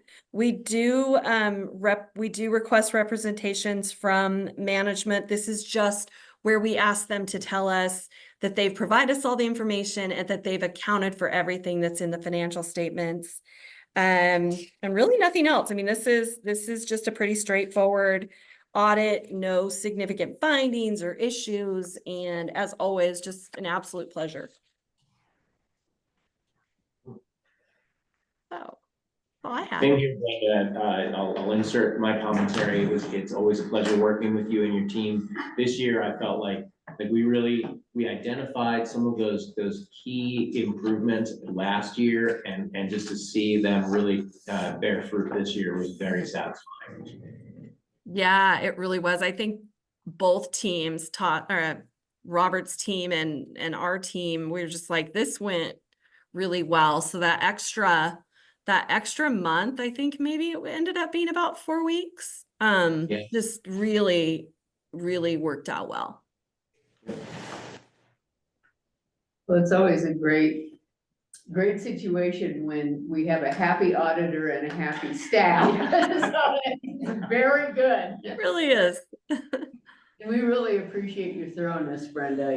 You do a really good job at explaining what the audit encompasses and what issues, why the changes that are made. And so thank you for that. You're very welcome. Any further questions or any comments, Todd? No, thank you. Okay. Thank you, Brenda. Well, All right. we'll get back to your other meeting. All right, yeah. Thank you so much. Okay, bye-bye. Thanks a lot. Absolutely. Bye-bye. Now, one thing that Brenda did mention was, if you read nothing else in the report, I mean, obviously reading the auditor's letter is key as well, because that's their finding. But in the annual financial statement that we develop in conjunction with Marina, our CPA, the place to review, if you see nothing else, is those management decisions and analysis. So I'd like to open it up now for board members, if you had questions, or I can kind of step us through some of the basics of the MD&A. Any questions, or if you would like to go through that? It starts on page 5. Yeah. I'm not gonna go through all of it, but just to highlight a few things for your attention. So first of all, looking at those financial highlights, that's kind of your headline out of the whole news story, right? So we're looking at net position across the all of the funds, and net position increased this year by 14.2 million to a total net position of 47.6 million. The biggest drivers there, and if you look at the statement of activities, it's a few pages further back, page I think 8 or 9. Statement of activities kind of shows you the parts and pieces. What were the big changes from last year versus this year? Sorry, I should say year ending June of 23 to year ending June of 24. The biggest increases were investment earnings, which are essentially the investments related to the bond projects. Many of those went in for investment at the very beginning of the bond issue and came to maturity in this particular fiscal year. And so you see a big jump in realized interest on those of about 6.4 million just from investment earnings. The other big change was last year's interest rates were much higher, and that resulted in LGIP interest in year ending 24 or June 24 higher than year ending June 23. And so those were big drivers there. The other big increase year over year was this category called gain and loss of the disposal of assets. You look at that and you say, well, why in the world did we lose 1.57 million back in June of 2023? So this is a reminder to us that we had originally planned to develop the property off of Roble Lane. And in fiscal year 2023, that was the year that we ended up writing off all of the on-paper development that we had done for that project. So the design costs, the management fees, all of the various parts and pieces that did not materially increase the value of the land, but had we built a property there, would have been part of the value of the property. So we wrote off 1.5 million that year. That's that huge loss. So you just see this swing back from huge loss to small gain of disposal of various assets through the year this past year. And as a result, your year-over-year change there is a net positive 1.6 million. So overall, your net position across the funds increased 47.6 million. That's that difference between revenues and expenditures across all of the funds. The other thing to focus in on is just the operating fund, the general operating fund, and we're looking at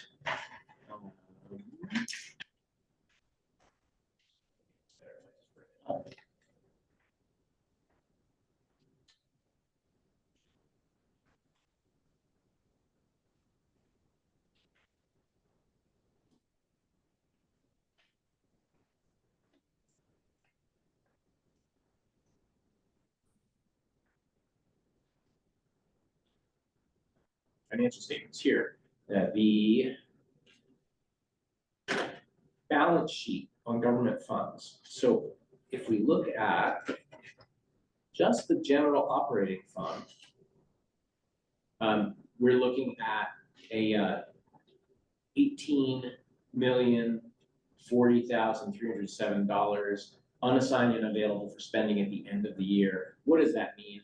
It's essentially the difference between all of the assets held in that general fund. So the cash in our bank and in LGIP, the investments of general operating funds that we have in that purchasing account, and then other taxes, receivables, and other prepaids that we hold on to because we've already covered those, and so we hold it as an asset and expend it over the year. Minus any of the liabilities such as accounts payable for outstanding payments to our vendors and payroll liabilities to our staff, and then minus some of the deferred revenues. You take that difference and then that's what remains at the end of the year. So that is essentially the ending fund balance with a minor modification for some of the advances and prepaid expenses. And so we end the year with this fund balance of $18,471,123 in the general operating fund. And that's that starting balance that we have in this new fiscal year. So that'll be a thing to look out for as we start looking at our quarterly financials. Just a couple other things to highlight, and that is, if we look at the table of capital assets, you can kind of see a bunch of the movement in and out of all the different things that are developing here at the library. So let's see.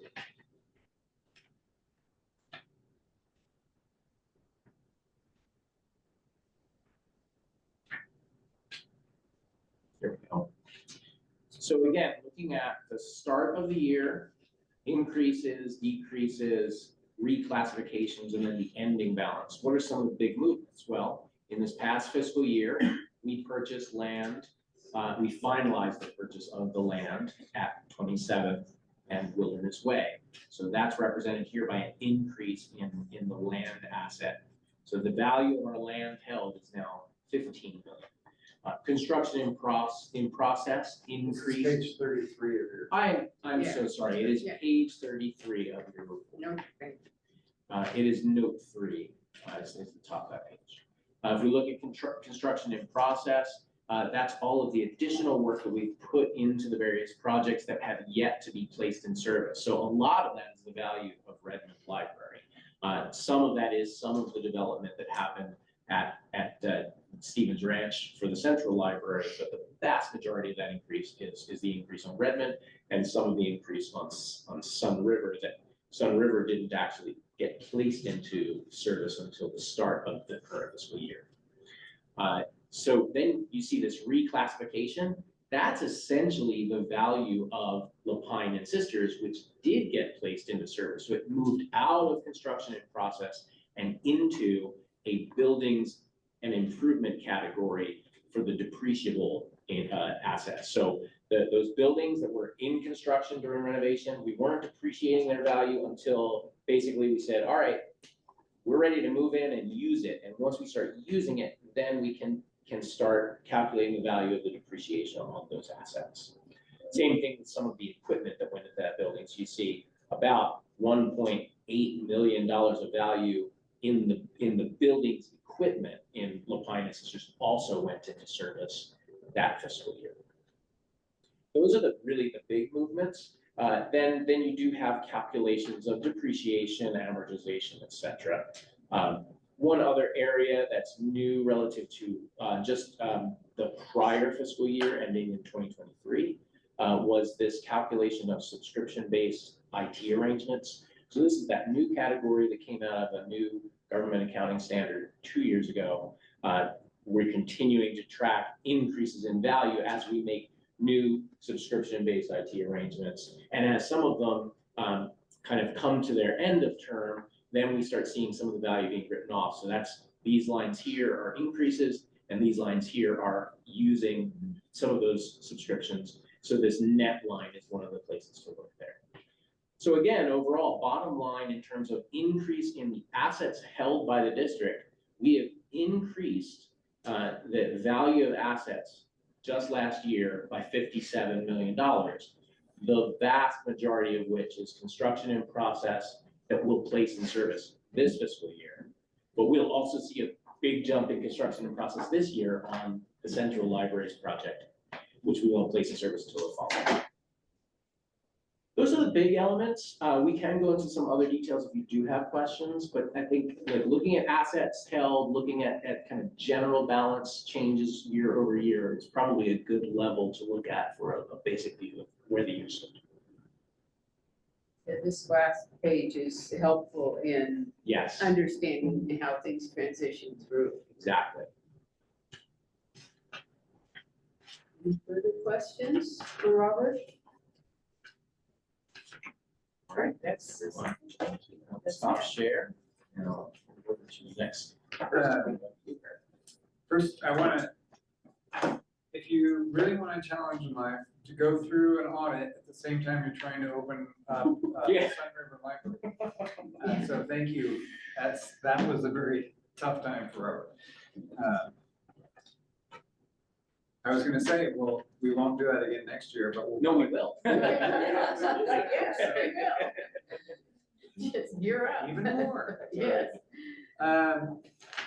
Just highlight, this is also the time we look at our financial conditions and activities monitoring report. A big piece of that is this is one of the reports where you have an external report, not from me, but from our auditor. But also highlighting that I did go through the report or the Executive limitation. policy. Policy. Oh my God, Yes. word is not coming. Yeah. Based on our budget and on the audit, and rather than read through all these, I will just stop and see if you have any questions. My analysis that we are in compliance with the district's financial conditions and activities executive policy.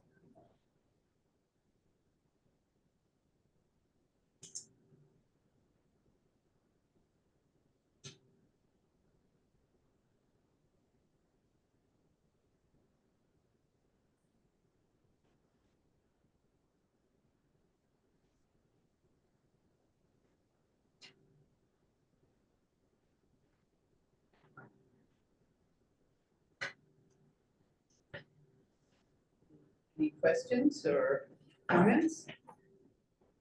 Okay, I would entertain a motion. I'll move that the library district is in compliance with the financial conditions and activities executive limitations policy. Your second? I'll second. Okay. It's an echo. Yeah, Aaron wins. Any further discussion? All those in favor? Aye. Aye. Motion passes unanimously. Okay, well, normally Greg's up first, but that is not the case today. So I think we're on to your part, Greg. All right, well, good. I noticed Todd gave me an hour on the agenda. I did? Oh, I did. Oh, I guess that's because the last time you had so many. Yeah, I wondered about that. I thought there's really not a lot in this report No. this time, as There far as isn't. changes and things So like that. I definitely don't think I'll take an hour. Okay, that's great. But, yeah, you know, I think this past month and stuff, there wasn't a lot of great new activity or things that needed to take action or reporting on. Schedules overall are progressing well, but no changes there, no real concerns. I think from a schedule standpoint, Central is moving right along. They're tracking well to their schedule. And in our owners meeting today, we asked the superintendent, Nick, and he was doing another update, and checking where he's at. He hit some real good milestones. We had an event today for the topping out and putting up one of the final pieces of steel on the building. And it's always a really good milestone of achievement to kind of celebrate, but it's also a point where you look at and say, okay, are we tracking to the schedule? Did we get here? And it's, you know, from when we started the building in March, and we're here with the majority of the structure up. It's a really exciting point in my mind that we've gotten to this part. It's always an element of the building that can create struggles and problems if your building structure isn't going together. And so I thought that was a really good point in time. And Nick was real happy, our superintendent, with how his schedule was laying out, where he was at, and he shared that with us during our OAC. So, you know, I'd say that one's moving along really well, which is our major project under construction. Redmond, of course, is getting ready for the opening next month, and really working through all the little details, getting staff and the district a real good opportunity to prepare for the opening. With the downtown Bend, we're kind of at a point where it's a real quiet time. We will submit our plans in plan check in January, and they'll go through city plan reviews for over like a 6-month period. And about halfway through, we'll start pricing our setting our GMP. But in between now and then, it's going to be very quiet, not a lot happening. So, you know, I think from a schedule standpoint, things are moving well, not seeing any concerns or things to worry about, and just really making good progress along those lines.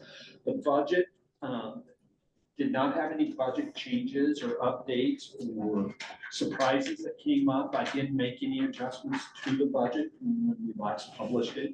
And we're really probably looking at the next really good overall budget update to the bond program, checking all of them. We'll be here coming up in the first quarter this next year. So we really start looking at as we're closing out the branches, and we'll start the closeout process of Redmond. That'll continue on well into the next calendar year. But just doing a really good check of where we at, what's the condition of each of the projects, the contingencies. And as you can see, the contingency has not changed, of course, from the last time we reported it, and remains very healthy. And in the past month, there's no new real budget surprises or concerns that elevated themselves, so was real comfortable with that. As we went through there was no real procurement, as you saw, there was no budget. There are summaries to discuss or any of that. We processed everything that we talked about last month and got them done. And even this next, in January, probably won't have any then either. And I think part of it is this time of year, things always slow down a bit with the holiday season and it's not quite as active. And just see it, it's kind of continuing that process. I think the other part is that we've gotten so far that we don't have as much of that to deal with. So it does make it a little easier, a little bit more streamlined as we go. Insurance issues, none. Everything's moving right along there. That's always a good thing. We don't have any of those. All of our contractors are enrolled and that's progressing well. Our builder's risk policy on Central, they'll be coming out and doing a site inspection, which is something that they've done on almost all of the projects, and at periodic intervals, they have inspectors come out and make sure that we're in compliance with their requirements and that the site is being managed and ran well by our contractors from a safety and a risk management standpoint. And so it's something that we actually really welcome, because sometimes they may see something that we are not thinking about, but it also keeps our contractors, minding the matters, right? Really watching what they're doing. And I think Kirby and some of its builders as well all ran really good, tight, safe job sites. And Kirby talks about it every week in our OACs. It's the first item that their superintendent talks about. It's his site logistics and safety and what's going on. And, for them to make that a priority, to me, is really important to see in a general contractor, because that's the last thing any of them ever want to have, is some type of incident that could be an injury or a loss of life or loss of material, that. So it's high on their list. Good to see. From a design standpoint, that is also really slowed way down. We don't have any real active design. Our design meetings have dropped significantly, and when we have one, I think the next one we have is for 30 minutes. So and it's minor things that we're really dealing with, as we're wrapping up design, and for the most part, it's kind of finishing up the FF&E design on Central, a little bit of furniture and a little bit of stuff, and also looking at some elements of the building that maybe we want to talk about or think about, unique things, and carry over of lessons learned. So as Redmond is opened up, we have talked an immense about how we are connecting power to our furniture systems, because we've gone through that at Redmond extensively. And all of a sudden, so it's one of those little things that all of a sudden, that's been our biggest topic of discussion and coordination meetings, is how we want to do it on Central because of those lessons learned. And I think looking back, the team is really doing a good job of lessons learned from each of them. And we've always talked about that happening, and we can really see a lot of it coming out of Redmond right now, as DPL has been able to get in and move in and start preparing the building for opening and seeing how things are functioning. And Redmond's systems, or MEP, the mechanical, electrical, plumbing, and control systems, are so much more robust and complex and sophisticated. I think we're all learning a lot about some of that, and some of those unique things that we're now talking about in Central. So our discussions have changed from what is the design going to be, but how do we refine it? How do we maybe improve it or do it differently on Central, and then again on downtown? So that's been the most activity in design side. Construction wise, it's really, like I said, From a schedule standpoint, it's moving along real well. Kirby has gotten all of their contracts well bought out. They're down to just the final few little things of subcontractor awards and completing that. And so that's gone very well. They've had good participation, but they took some time on a couple of contracts that are needed in the future, but they really wanted to spend some time, and they've finalized like who our landscape contractor is going to be, who our hardscape contractor is going to be, who does all of the concrete flat work. We have some real decorative work in a big plaza, and really looking to find. So they had the time to do that because they're far enough out, and but they're down to that stage where they're finalizing those guys at this point. And from a cost risk analysis, getting all of the subcontracts bought out and that going on helps to reduce that risk of potential failures by the subs or price escalation. And so when we look at the cost management of the projects and how that's going, I said Redmond is doing real well, and we met just the other day to go through closing of the November books and where they're at with Redmond, and that GMP is still very sound. Even though we've added and made changes here at the last, we still had some contingencies and allowances left in the contract available to utilize, where we could accommodate those requests and make those changes without having to increase that GMP. And the central GMP, again, looks really sound. They've got good contingencies left for any unforeseens or exposures, and not finding any busts as they complete the last of their buyouts. And so that was real good, pleasant news to hear that we're financially very sound inside the GMPs, because that's where if we're going to have problems, they generally arise. And so I think we're in really pretty good shape there. The items that are happening on the branches at this point are really follow up on the closeout of warranty issues, punch list issues, not too much in punch list, probably more warranty. And then some of the selective additional work that we chose to do with changing some control systems, adding some acoustical systems, but really more refinement of the scope and things, again, that lessons learned. And as the district gets into the building and starts using them, can find some of the things that, well, we maybe should have done this or done that. Acoustic issues, you get into a room and you find out, is it nice and quiet, or is it a little echoey and loud? And we haven't had too many, but a couple spots where we're adding some acoustical treatments, which will really help enhance one for the staff.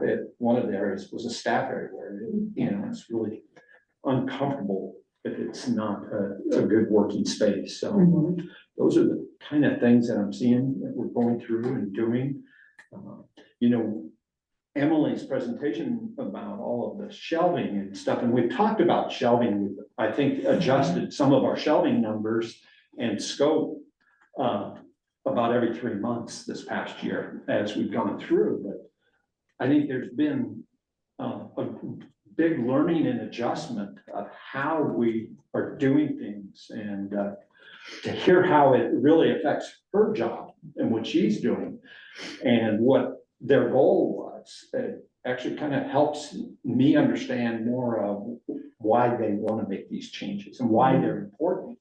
And it's one of the things that's the business we're in, is books, right? Our collection and how that's going to be presented. And so that really hit home for me just listening to hear that. Because I always think of buildings, right? Steel, wood, and glass, etc. Right? But it's really the shelving and the display and the collection and how that's going to go. So I enjoyed that part of it. So I don't know that there's a whole lot else, from a cost standpoint, things are flowing, as far as billings and payments and that is all going well. photos and stuff, we put those in there. Hopefully they're enjoyable for you guys to Oh, see and really see how it's enjoyable. progressing. Yeah. And I was like seeing them myself, so I figured you guys like to see them. And, you know, at Central and Stevens Ranch, I keep adding the developer stuff in there because it kind of tells you what's going on in the big picture, so. Fun to be able to see those aerial shots is Yeah. really helpful to understand the site as a whole and Yeah. what's going on around it. Yeah, you know, when we selected that location 2 years ago, whatever it was really, you know, again, out on the fringe of town, but it's not gonna be the fringe of town very long. When you look at everything that's going on out there and in the planning stage, and so it's changing very rapidly, so. That's kind of everything I've got tonight, unless you have any questions or comments.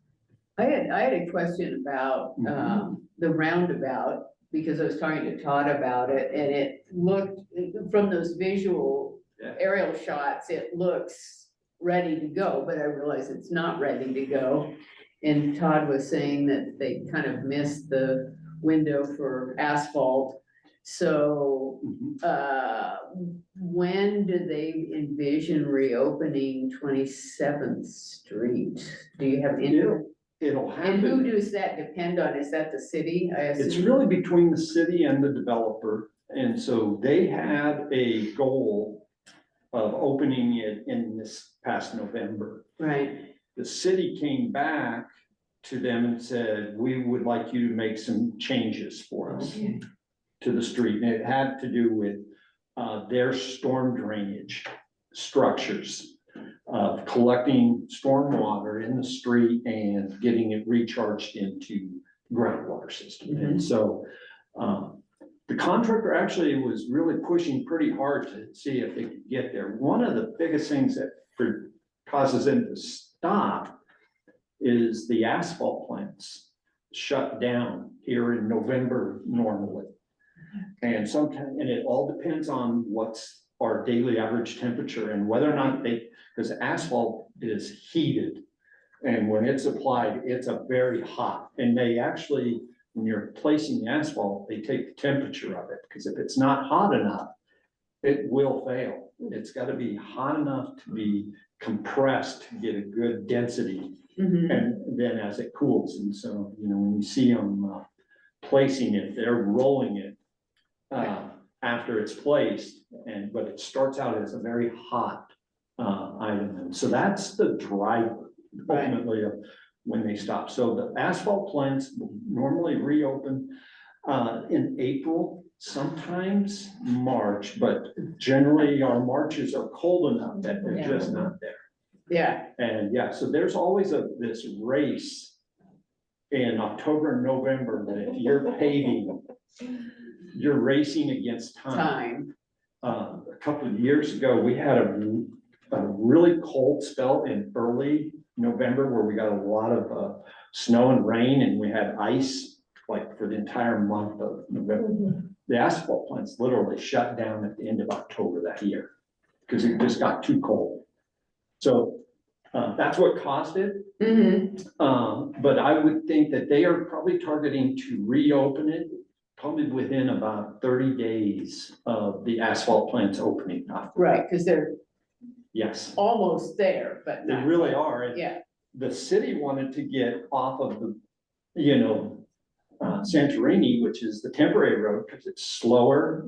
It's, you know, not as convenient for the general public, especially kind of that commuter traffic that is moving through. right, because There's that's a lot a of big, people to go south down Right. 97. That's a busy route there. And yeah, but unfortunately, the city caused their own pain. yes, well, So- that's interesting. I Yeah. just was, You know, we even talked about it for our site logistics, is that we had thought, okay, that road's gonna be reopened and all of the traffic will go off of Santorini. Because when you go in and out of the job site, it's people are, flying right there, right? And so we had some conversations about, okay, we have a safe driveway for getting in and out when it's snowy and it's icy and there's less daylight. Right. Guys are coming and leaving in the dark on that road, where we thought we wouldn't be having that. And Kirby did a good job of kind of reassessing how it affected us. It didn't really cost us anything, but it heightened awareness of safety about leaving our job site. Right, And so- and there's nothing that can be done about it. No, yeah, can't change it, but you can deal with it. And they did, they put in some added signage and some lighting and stuff just to make it, our driveway more visible. Mhm. So, Okay, any other questions for Greg?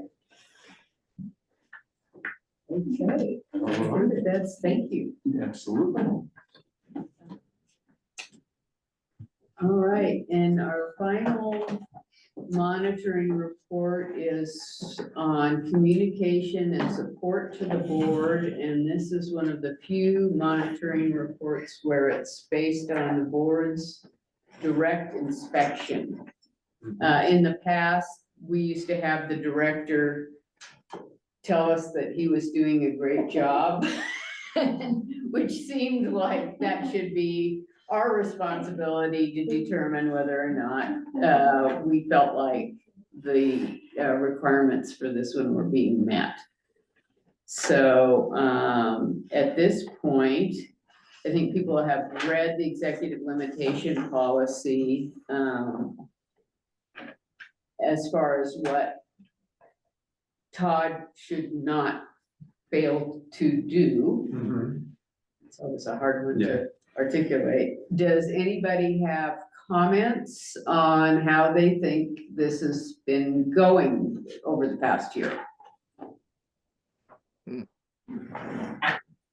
A lot going on, and I think it's absolutely impressive, beyond impressive, how smoothly it has gone. I'll just echo that. I think Todd does a wonderful job of communicating issues as they come up. He doesn't wait till the week of the board meeting. We're hearing that throughout the month. And so I really appreciate, Todd, all your heads up and your emails that are bringing things to our attention in a timely manner. That's very important. I would echo both, especially as a new board member, having the information I need to get kind of caught up and informed has been really helpful. And I think it's always, number 8 is always a big one for me about, that Todd is available to answer our individual questions. And that he can respond to us and does respond to us when we have individual things that we want more information on, as long as it doesn't place undue burdens on him. So yeah, I think this is what Margot would call the no surprises executive implementation. We don't want to go into a meeting and be surprised. And from my standpoint, I don't believe that has happened. So, yeah, I would entertain a motion if anyone would care to make one regarding this. I move that the library district is in compliance with the communication and support to the board executive limitations policy. I'll second. Okay, all those in favor? Aye. Aye. Motion passes unanimously. Okay, Todd, we're up to library news. Well, we just had a top off event. Yeah. The big news coming, I have the wrong cop here. We've got the train man coming, this weekend, I think, right? Yes. So if you've never had a chance to see him, I definitely recommend stopping by. It's really exciting just to even just watch all the people coming to see him. And it's still the original train man, so. Yes. Last year he was retiring, but he's back. saying he's retiring. Threatening for a few years. Yeah, it's, if you've never been, it is amazing just to watch. It's the best people watching opportunity of the holiday season. And since Betsy's not here, I'll bleed into the foundation a little bit and just highlight. Had a wonderful unveil event, while you were there, so, that's just such a fun night for us because there's no pressure there, it's just people that are there because they love books. And love them so much, they'll show up to get excited about the unveiling of a book they've never heard of.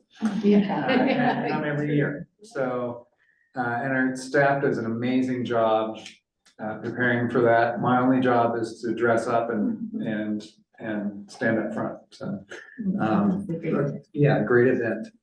And the biggest news that we have right now is we are full bore on training out in Redmond. We haven't heard any complaints yet, but that extra month that we got to do this training, I'm so appreciative of, I know our staff is appreciative of, because there is just so much for that building. And Emily was just telling me, she's just been there about 6 days in a row training people. I know Robert's been out there a ton, walking people through the buildings. I believe for each of the Redmond staff, we're basically making them tour the building about 3 different times with different focuses. Yeah, today was their third turn in the building. We were looking at reserving rooms and all the mechanics involved with that. Where do you grab the tables and chairs? How do you turn on the projector? All of the things that like you need it to run smoothly, but somebody needs to teach you. Yeah. So that's really exciting. We're just gearing up for that. We're gonna give them a little bit of a pause right after Christmas break, and then start going full bore again right after the new year. But they're sitting there, we're kind of cramming information into their brains about 6 hours a day, giving them some time off to settle a little bit, but very exciting. I think there's a lot of enthusiasm about what's happening there. Our biggest challenge right now is just constantly shooing people out of the building as they try to get in. So I don't think we're gonna have any trouble convincing people to show up.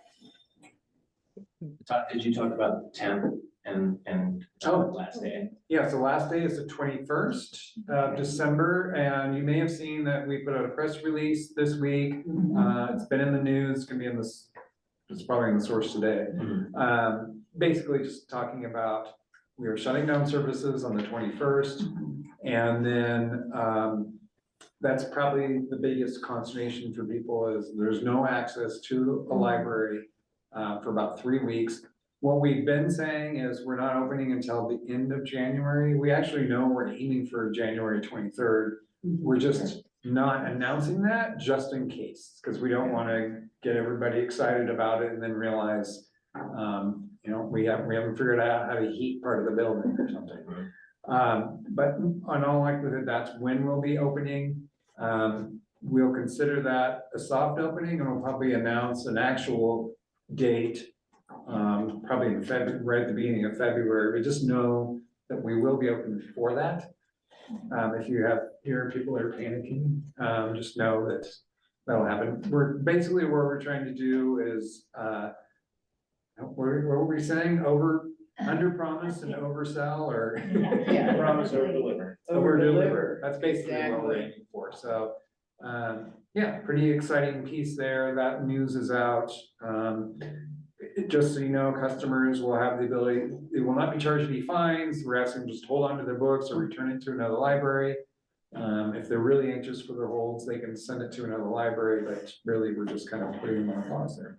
So, and that's a big piece for us. It is challenging to move, even moving from the little temporary spot in some river into the main building was a little bit of a challenge. We're moving a whole collection out of Redmond and moving it over to the new Redmond Library and integrating it into the stack. So a lot happening there.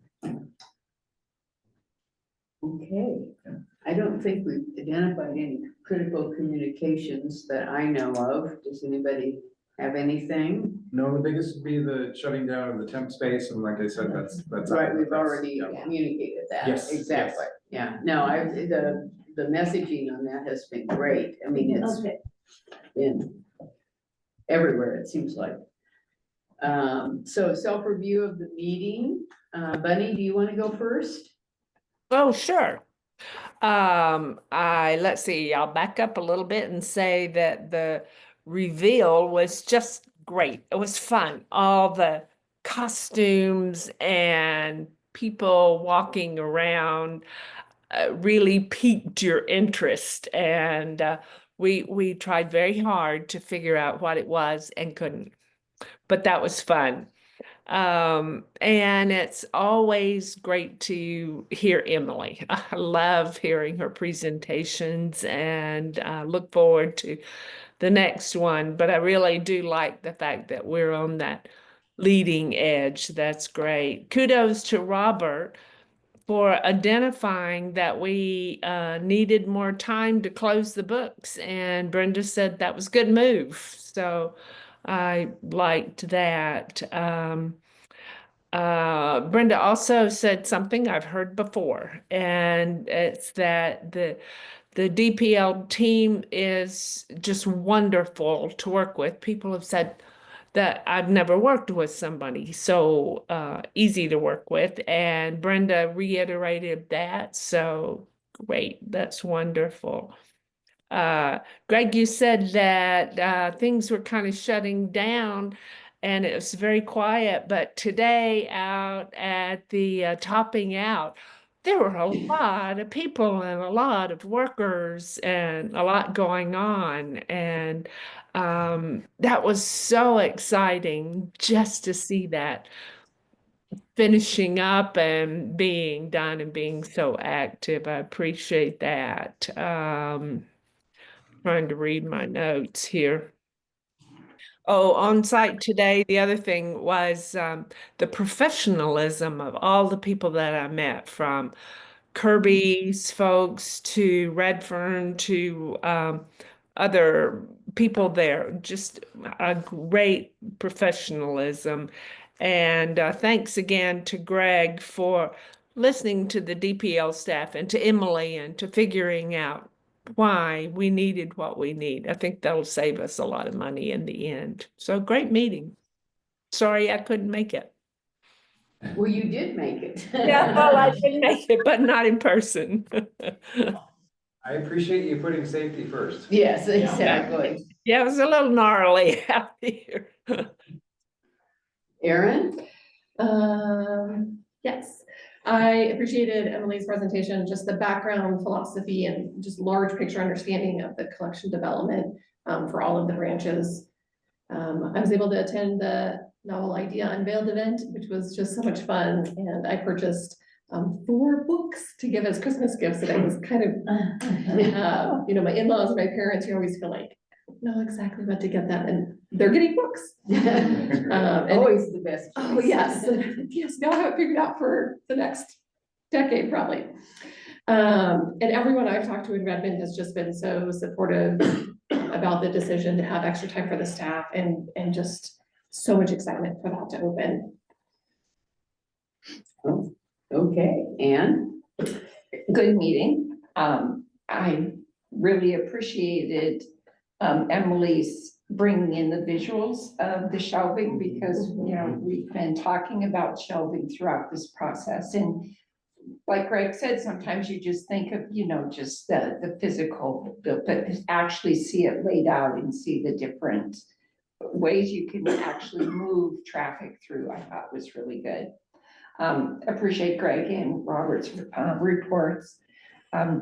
Gives me a lot of confidence that the library district is on the leading edge and doing very, very well. So good meeting. Yeah, I would echo what everyone has said.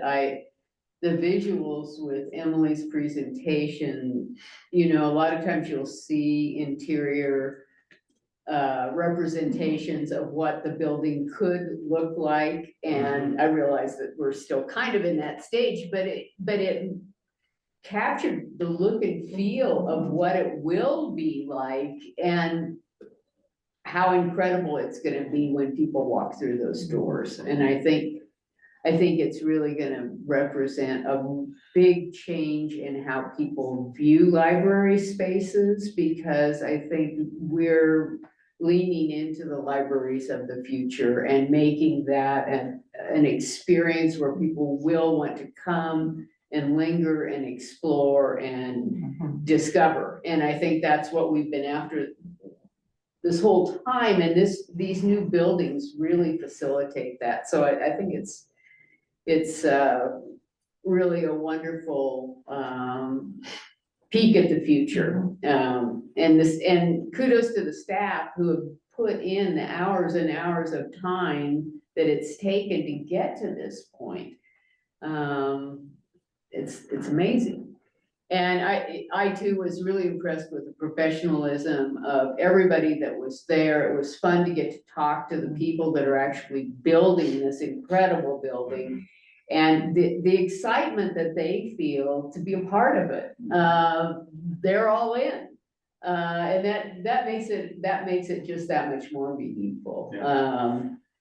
It was really great to get the chance to meet some of those folks and to see how excited they are about creating these new spaces for the people in our county. And really happy with the audit results. I mean, that's about as clean of an audit as anybody can have.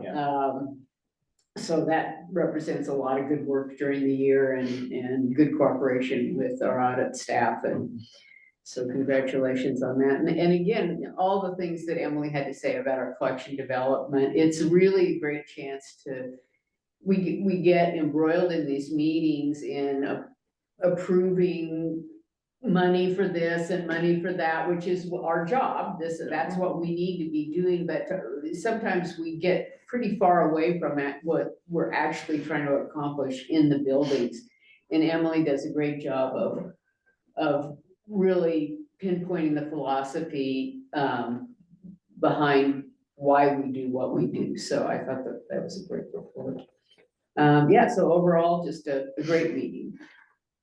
Great, I will echo all that. I do want to say, interesting thing, what I would really love to do is have a board meeting in the Redmond Library. But because this is a public meeting, we can't really have it there until we open. So I do want to offer to you all, I know some of you have seen it at times, but it's really looking great right now. If any of you have an interest in touring, kind of give me a sense of when's a good time for you, because I'm out there on a regular basis, but I'd love to just walk through the building with you. Can you not do it on December 30th that week though? Well, I'm not doing that, I'll be gone that weekend. Anytime before Christmas Eve or after New Year's. Yes, because we will be doing some of it. That week will be. Yes, and I will caveat, I will check to make sure we don't have anything going on when we do it. Yes, because we are doing a lot. But yes, I really would love for you all to see it, especially in light of Emily's report. It really, when you see it just in action, it really makes so much sense. And really, for me, it was amazing to see the statistics for downtown Bend when, yes, we have Wayfinder there, but it's not Wayfinder. And it's already showing that it's increasing. When you see Redmond, I know I see it when I'm in Sun River is a good example because we got all the signage in. And we're starting to get all the signage for the other branches as well, but Redmond really shows it off. So anyway, kind of just do me a favor, send me an email, send me some dates that might be good for you, and I'll work on times we can do that. So, also don't forget, January 10th, it's a Friday. We have a work session and we are working with Jan McGowan, who will be helping us out with looking at our results policies, and I'm looking forward to that is after our monthly meeting, because the 8th, the Wednesday is coming quick next year. So January 8th is our next board meeting as well. Right, and she'll be sending out a bunch of material in advance. And I think this is gonna be, not a bunch, that sounds intimidating. She's gonna be sending out some things to think about in preparation for this meeting. And I think the meeting will go a lot better if we do put some thought into it in advance about what gaps are, you know, what's not addressed that should be addressed, whether things are clear. I mean, so you just give some thought beforehand, so we can have a really good discussion. We went over the agenda with her, when was it? Last week. And, no, Monday. This week it seems, this week, yeah, it's only Wednesday. Yeah, but she has a really good framework, so I think it's gonna be a great session. But I think it will go even better if we all put some thought into it ahead of time. It's a great opportunity to take a look at these things, so. And I have that down as January 10th, 12 to 4. Is that correct? That is correct. Yes. It'll be right in this room at Main Street. Okay. Yes, I just wanted to mention one other thing about the foundation. yes. So, a few weeks ago, we honored one of our members who'd been with us for more than 20 years, and it was Ann Hopkins. Oh, And it was just quick, but little honoring of Ann, and Ann stayed the whole meeting so she could remember what it was like to sit on the foundation board, but the foundation board was very grateful for all of Ann's service for the last 20 years. Well, and I really appreciated it. It was a really heartfelt event for me, and they're just, as I said, as I told the board, I don't think we've ever had such a strong foundation board in all the time that I've served. It's just an incredible group of people right now that are just doing great work on behalf of our libraries. So it was great. So thank you. All right, with that, I'll adjourn the meeting. Okay. Thank you. All right, Bye, thanks, Bunny. Bunny.